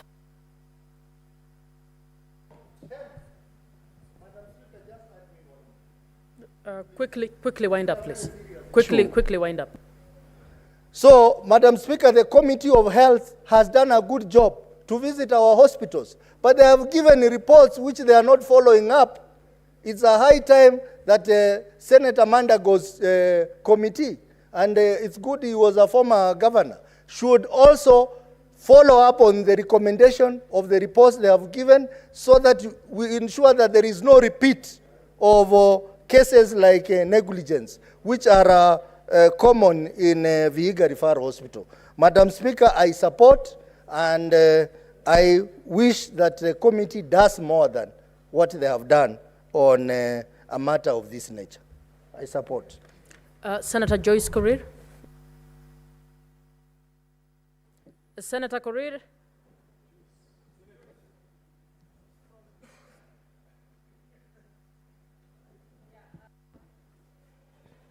Thank you very much, Madam Speaker. I'm sorry, I was busy responding to an urgent issue. And Madam Speaker, allow me to really touch on some few statements that has been raised by the members, and allow me to start with the Honorable Gloria's statement, which was touching on, which was trying to urge the employers to make sure that they set up station for breastfeeding, Madam Speaker, which I want to say that it's an issue that needs to be addressed, because you remember, Honorable Speaker, that this is one of the issues that was raised by one of the members from the National Assembly, and they went, and I think the institution went ahead to make sure that it was one of the rooms, that is lactating rooms or the nursing rooms, was established in the National Assembly, which I want to say that the issue is also now affecting the Senate, and the statement is trying to make sure that this room is established, because breastfeeding, Madam Speaker, is an important, is important because it enables the baby to grow, and even enable the baby to be healthy and away from diseases, not only the baby, but even the mother. So I think this one I will really support. And there is also a statement that you raised, Madam Speaker, on the issues of GVVs.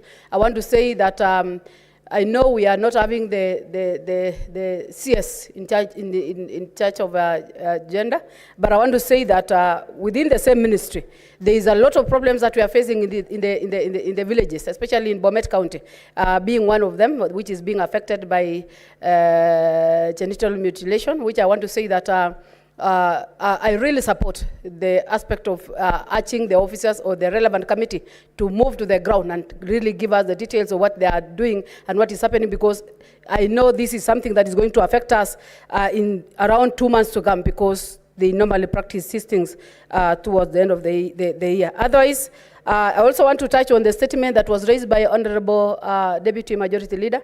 I know I'm rushing because of time, on the issue of the compensation of the victims who are washed away by the floods in Mayu Mayu. I want to say that we really support that. I know it might not be equally, but it will depend on the damages that was caused by the floods. So I just want to say that I support the statements by the members, and I urge this House to really look into it, or the various committees that we have to look into it, so that at least these people can be assisted, or the things can be done the right way. Thank you, Honorable Speaker. Senator Mogeni.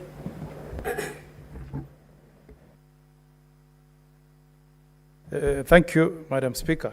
Madam Speaker, I want to comment on the statement that was raised by Senator Fornandi, Senator Cherage, touching on low returns, Mr. Speaker, for tea farmers.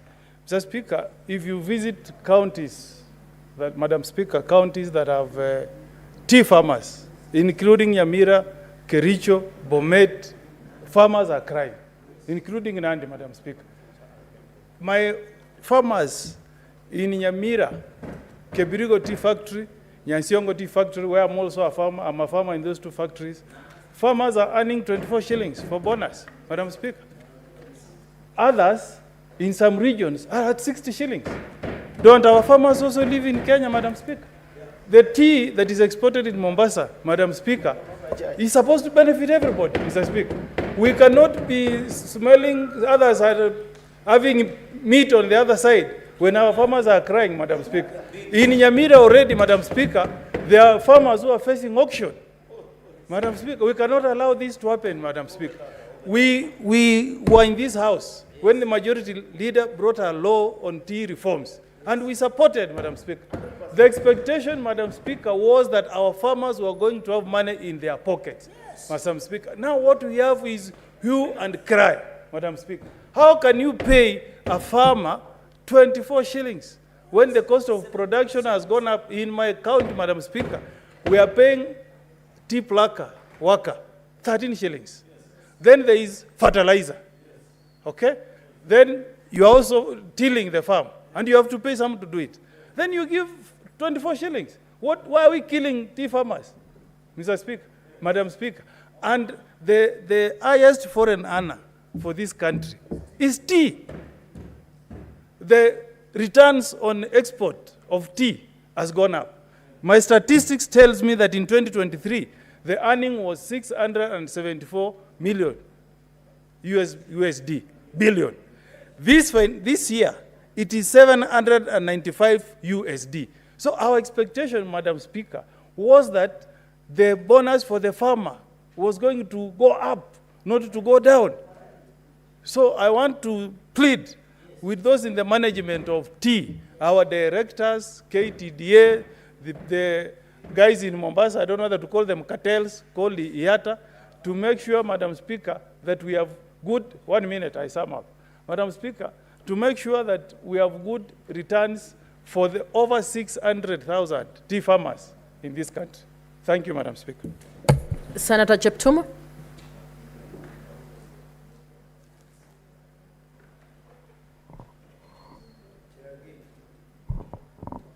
Thank you, Madam Speaker.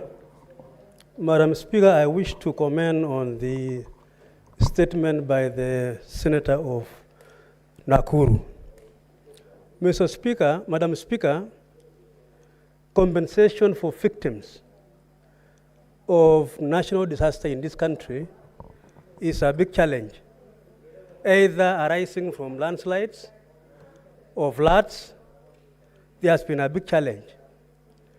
Madam Speaker, when these floods or landslides take place, people lose their lives, their livestock or their property destroyed, government responds, and immediately after that, Madam Speaker, it is forgotten.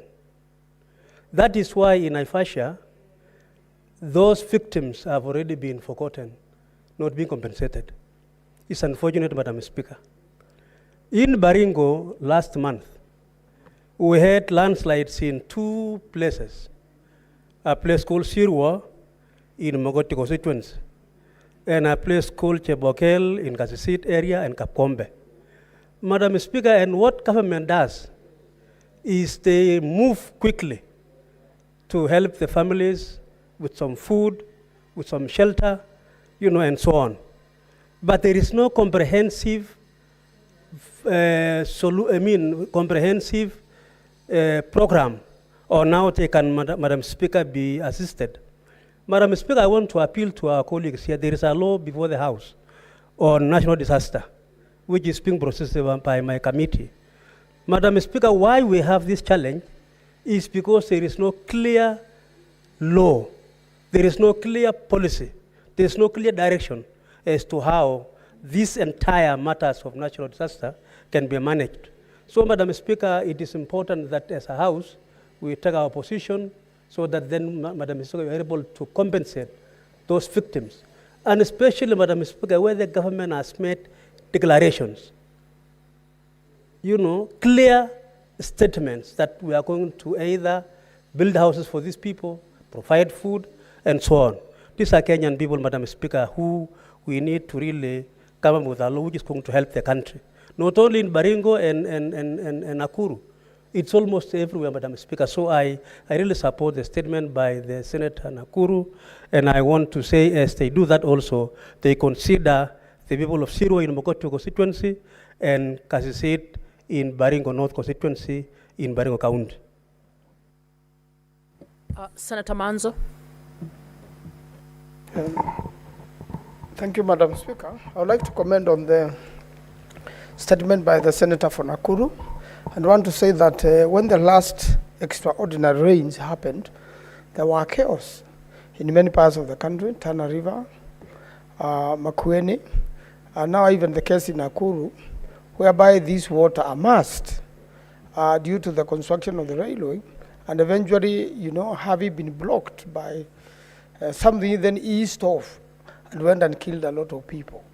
Despite all that, Madam Speaker, the disaster management was chaotic, and even up to now, you can see the county government, which has an allocation of monies, has not resettled these people and have not taken care of them, and their interests have not been taken care of. Madam Speaker, there has been a problem of coordinating for disaster management between the counties and the national government. Even when a disaster happens here in Nairobi, I remember in the same time, there is a child who got lost in Kibra slums, went into the river, was not seen.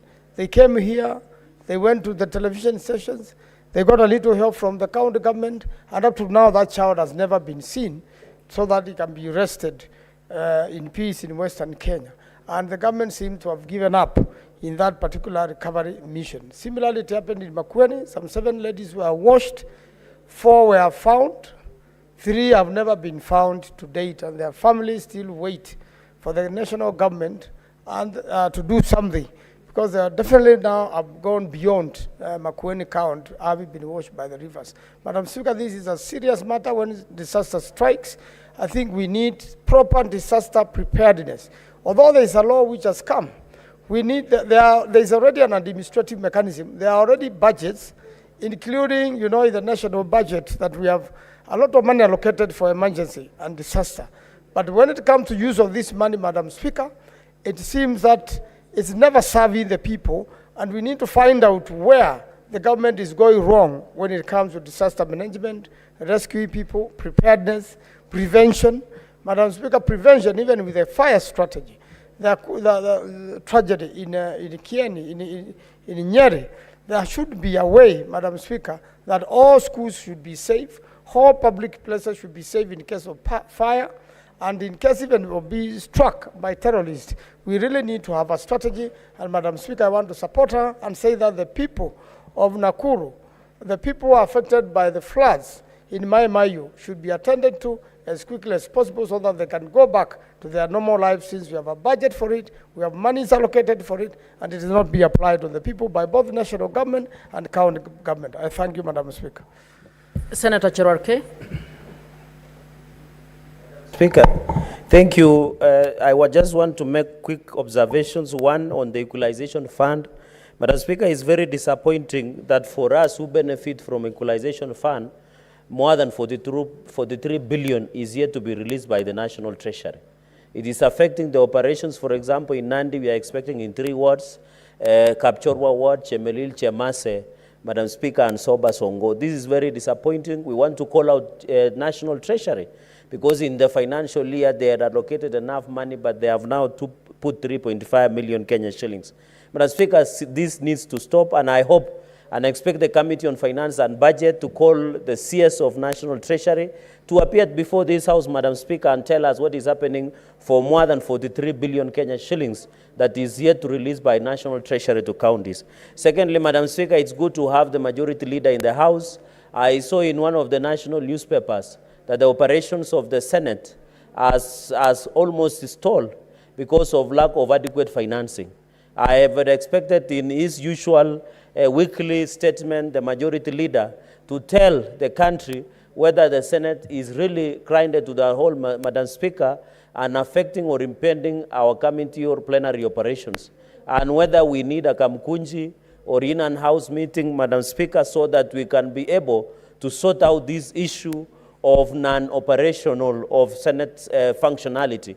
And therefore, Madam Speaker, I think your office should also assist us in resolving this issue, because Kenyans imagine that we have closed down for lack of funding. We need this thing to be put to rest and perspective, Madam Speaker, so that it does not have the functionalities and operations of the Senate. Madam Speaker, number 3, on the issue of Labour Committee, I expected them to say something about former councillors.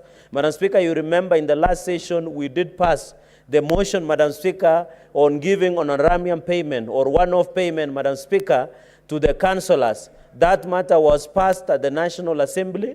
It was passed by the Senate. It is upon the National Treasury, and I hope the former councillors are listening to me. The matter is no longer with Parliament. The matter is with the National Treasury, and they should convince the National Treasury to release money for ex-councillors, Madam Speaker, which are totaling more than 12,000, Madam Speaker. I'm saying this when we buried the other day Councillor Kosge, ex-councillor in Sinendet in Nandils. I'm saying this when we are burying Councillor Chumba in Tindred, Madam Speaker, in Taunet, who waited for this money of more than 12,000 councillors. Some are in Migori, some are in Makueni, some are in Homa Bay, some are in Nandi. Madam Speaker, I asked the National Treasury to fast-track releasing money to ex-councillors, because most of them are now sickly, they have children, they depend on a lot of many things, Madam Speaker. Finally, we expect on the elections of Kenya Football Federation, Madam Speaker, Sports Federation, they need to do elections and do cleanup among our sports federations across the country, so that the young men and women can have a clean sport. And I'm challenging Labour Committee, Madam Speaker, to ensure they tell us when the elections of Football Federation of Kenya shall happen, so that our young men and women can get the necessary support from the systems that continue in this factor. Madam Speaker, on ICT, where I'm a member and Senator Ogola are, I expected the ICT chair to say something about regulations on social media. I thank you, Madam Speaker, on that opportunity. Senator Ed Yokech.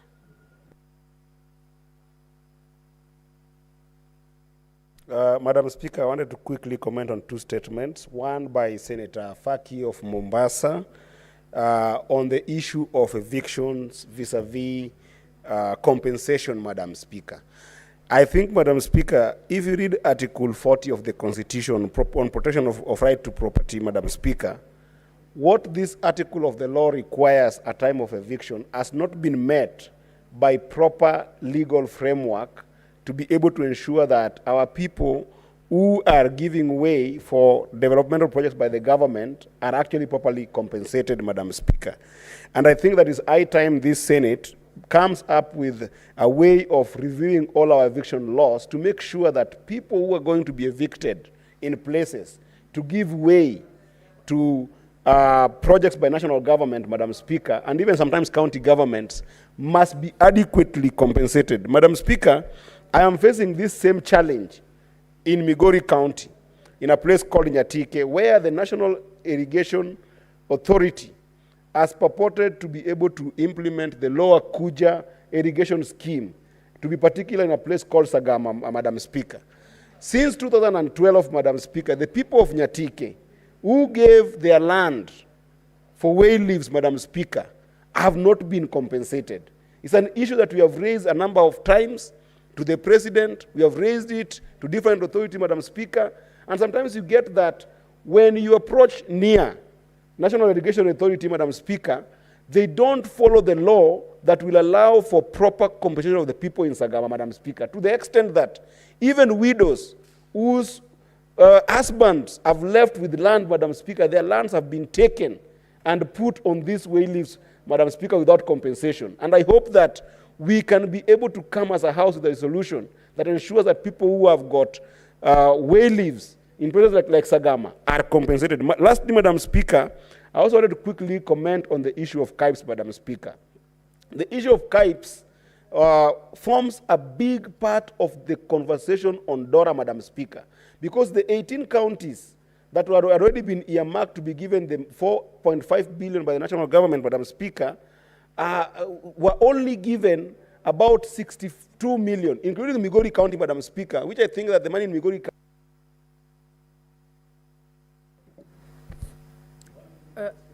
Now, this, you need to give chance to others. Okay, finish. Just wind up.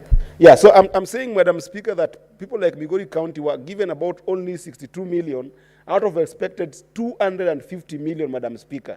My request is that as a house, we must stand with the 400 billion that we passed in the previous DORA, so that the issue of KIPES, which have got contractors that have already been committed in counties like Migori County, the 18 counties that have been given money, must be given those monies to complete those projects and ensure that there is no physical problems for them. I thank you, Madam Speaker.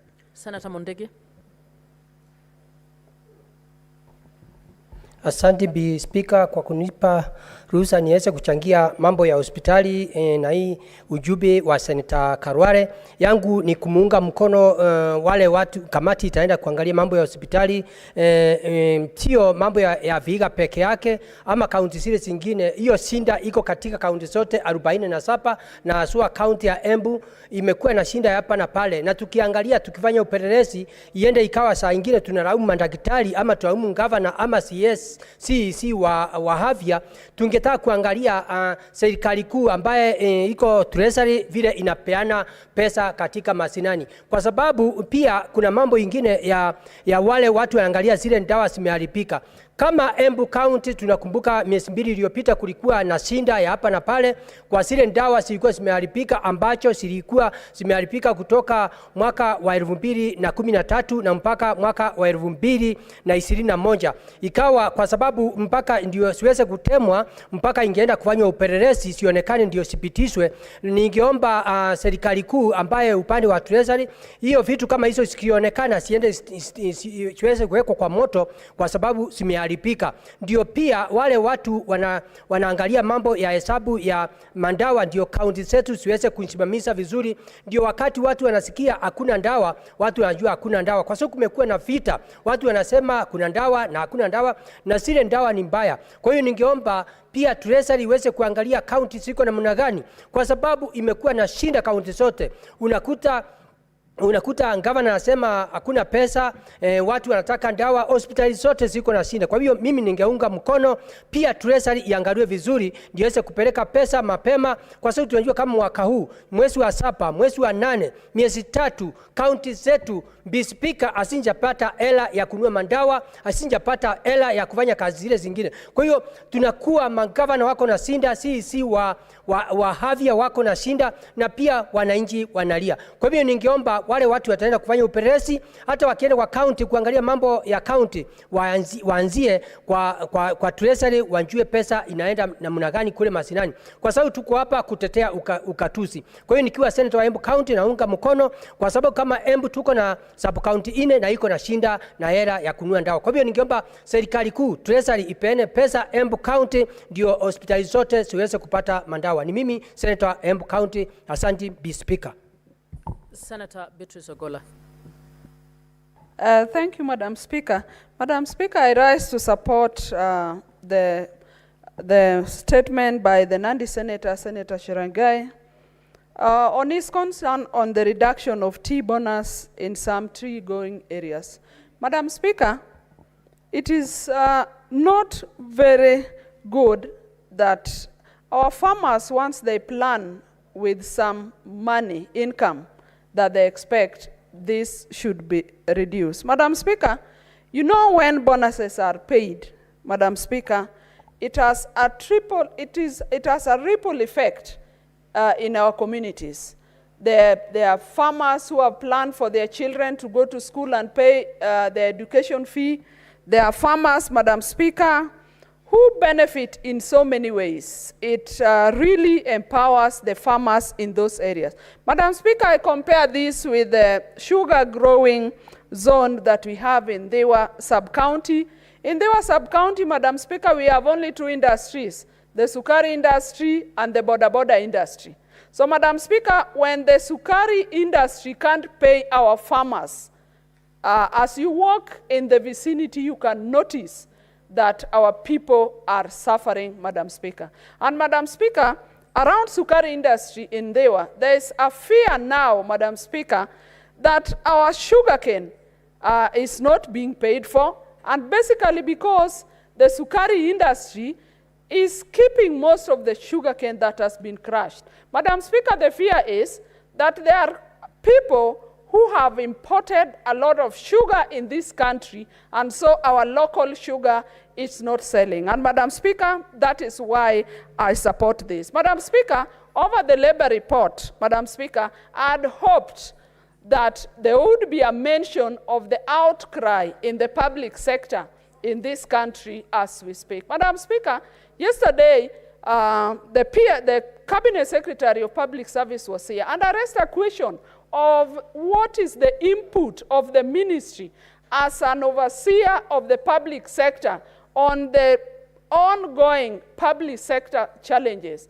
that ranges from the health sector. We have the intern doctors challenge that is not going away, Madam Speaker. We have the issue of the lecturers on the street, Madam Speaker. And Madam Speaker, if this cannot be sorted out by this government, then it means that even the education of our children are getting is wanting, Madam Speaker. Madam Speaker, I expect in future that the Labour Committee should be very keen on the labor challenges that are facing the public sector. Madam Speaker, yesterday I was talking about if not a doctor is committing suicide like we had the other day, then we have teachers committing suicide, then we have police officers killing their spouses and killing themselves. And Madam Speaker, that is not good for our country. So Madam Speaker, really the reduction of tea bonuses is not right. The farmers needed to have gotten this as was expected, just as in other sectors. Madam Speaker, I support. Senator Professor Ogenda.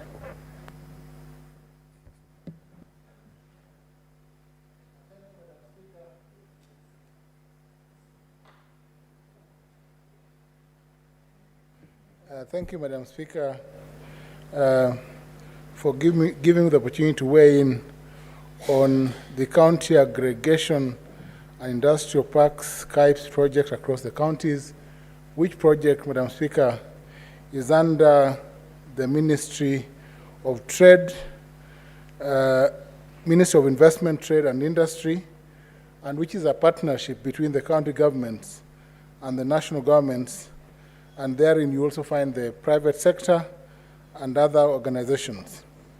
Madam Speaker, the statement made by Senator Sotsi points to a framework that will see county governments construct industrial parks to tap in expertise in various areas, Madam Speaker, and also to prepare counties for industrial takeoff. Madam Speaker, this is important because of the unemployment situation that we have in this country involving our youth. These industrial parks will not only tap the skills that we have within the various industries, but is intended to see this country, counties, grow skills and attract skills, and that will, Madam Speaker, enable many counties to take off and create service industries specific to the needs of every county. Madam Speaker, I'm aware that in most counties, including my county, Kisumu County, the national government has contributed 250 million shillings toward the construction of industrial parks, and another 250 million contributed by these counties. Madam Speaker, what is important is that when constructing these industrial parks, the national government and the county governments must have need and ensure that, one, feasibility studies are properly conducted to know what kind of skills will be tapped for every county. We need to have proper procurement plans, bills of quantities, and a proper framework that will ensure, Madam Speaker, that every contractor is sourced within the confines of the Public Procurement Act and regulations, and to ensure that there's accountability in the utilization of the 250 million shillings and the additional 250, Madam Speaker. Madam Speaker, I support this statement because this country, and specifically the 47 counties, must industrialize for the benefit of our youth, because we need to tap skills, we need to grow the Juakali sector, and that is what we see as an enabler to economic growth in this country. Madam Speaker, I support. Next order.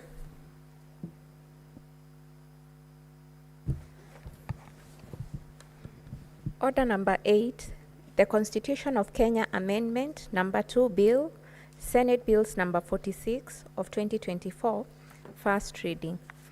A bill for an act of parliament to amend the Constitution of Kenya. Next order.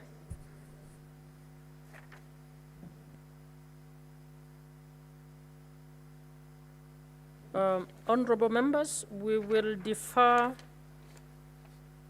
the order number 9, order number 10, number 11, all the way to order number 16. So can we move to order number 17?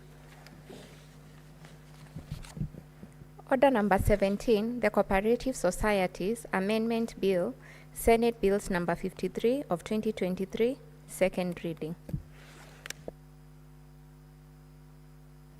Senator Manzo, you had 8 minutes balance on this discussion. Yeah, thank you, Madam Speaker. Madam Speaker, in my last minute, and I really want to congratulate Senator Mariam for what she has done to try to do. But I also wanted to bring to our attention that there is a Cooperatives Bill 2024, which is now also being debated in the National Assembly. And this is much older bill because it was first there in 2021. This time round it is published by Honorable Ichungwa, and those days it had been published by the then leader of majority. And it lapsed, because the parliament came to an end. And therefore, when I look at the two bills, I believe the Honorable Ichungwa and the Honorable Mariam should have a word, so that one bill enriches the other, so that all what Mariam is proposing should be carried on board, because it is equivalent, as important as all that the National Assembly is proposing. Otherwise, with all the confusion already existing in the cooperative movement, then we further this confusion by having one law from National Assembly and another law from Senate, then they crisscross each other. Debate is going on there now, and this one is going on here. They crisscross each other. And from my experience, a lot of bills from the Senate died in the National Assembly. In fact, there had been a similar amendment, similar to Mariam, by Professor Nzani, who was a nominated senator. So when it passed on very well here and was passed by Senate, it came to National Assembly, and it was delayed. I don't know whether it was intentionally or not, because there was a very big argument between this Eshungwa bill, which is the Ministry of Cooperatives bill, and the one for Professor Nzani, which had a lot of issues with the public participation. And the movement claimed that it had not been consulted properly. So I hope we are not going to end up in the same. And therefore, Professor Zani's bill was delayed, while the then Kimunya bill was being hurried. And therefore, the National Assembly then was very biased on the bill from the Senate. And I think the leadership of the House, the leadership of the two houses should really set into this so that we don't waste the House's time. When we have bills, we can actually deal with very simply and get things moving, within the country and serve the people. The cooperative movement is a very, very important movement. It has 15 million people. These 15 million people are waiting for better services from a better law, whereby the government will manage cooperatives in this country profitably, whereby the stealing in cooperatives will be reduced, whereby the movement will help Kenyans thrive. The SACCOs, which have another law, which no one is also looking for amendments, command, a very huge percentage of savings in Kenya. And in fact, some SACCOs like Arambe are actually bigger than banks. We have the Cooperative Bank, we have the CIC, insurance. All these are huge enterprises working with cooperatives. But when the law is confused as it is now, two houses try to amend one law, try to achieve one purpose, and they cannot sit down and amalgamate or synchronize so that it serves the country better. It's really upsetting. And I want to say that this movement, cooperative movement, is also international. When you go to Canada, you find Queer. In Kenya, we have Cusco. In America, there are very strong SACCOs societies, so strong that they are bigger than the savings in America in some of the credit unions. The credit unions of the United States of America are bigger than banks, and they have really been instrumental into building of the economy of America.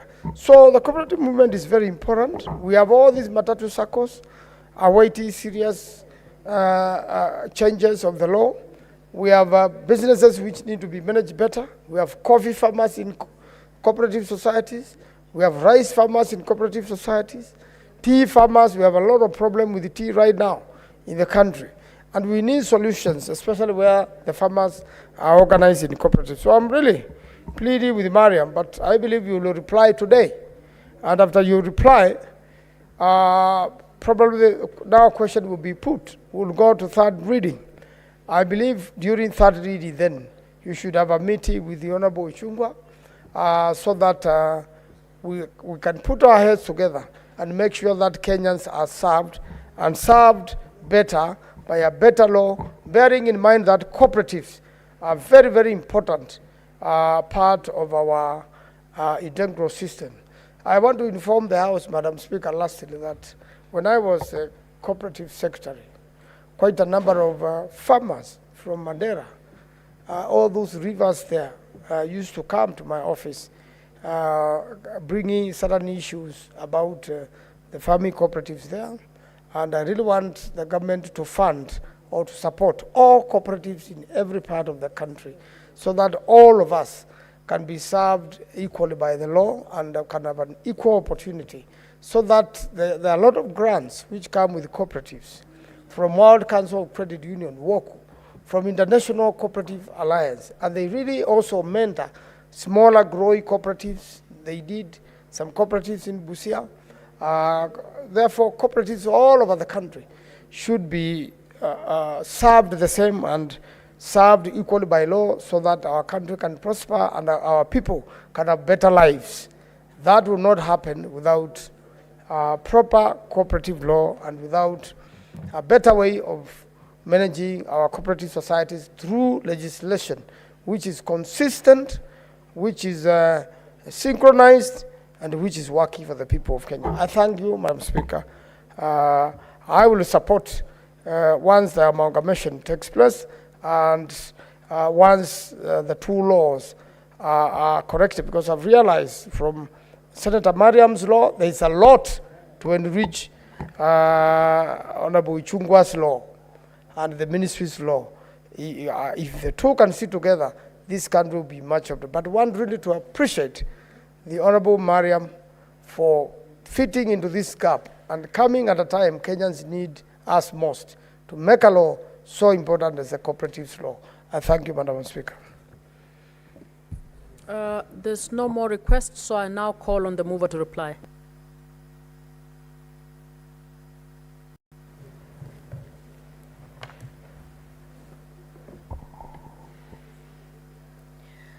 Thank you, Madam Speaker. Thank you.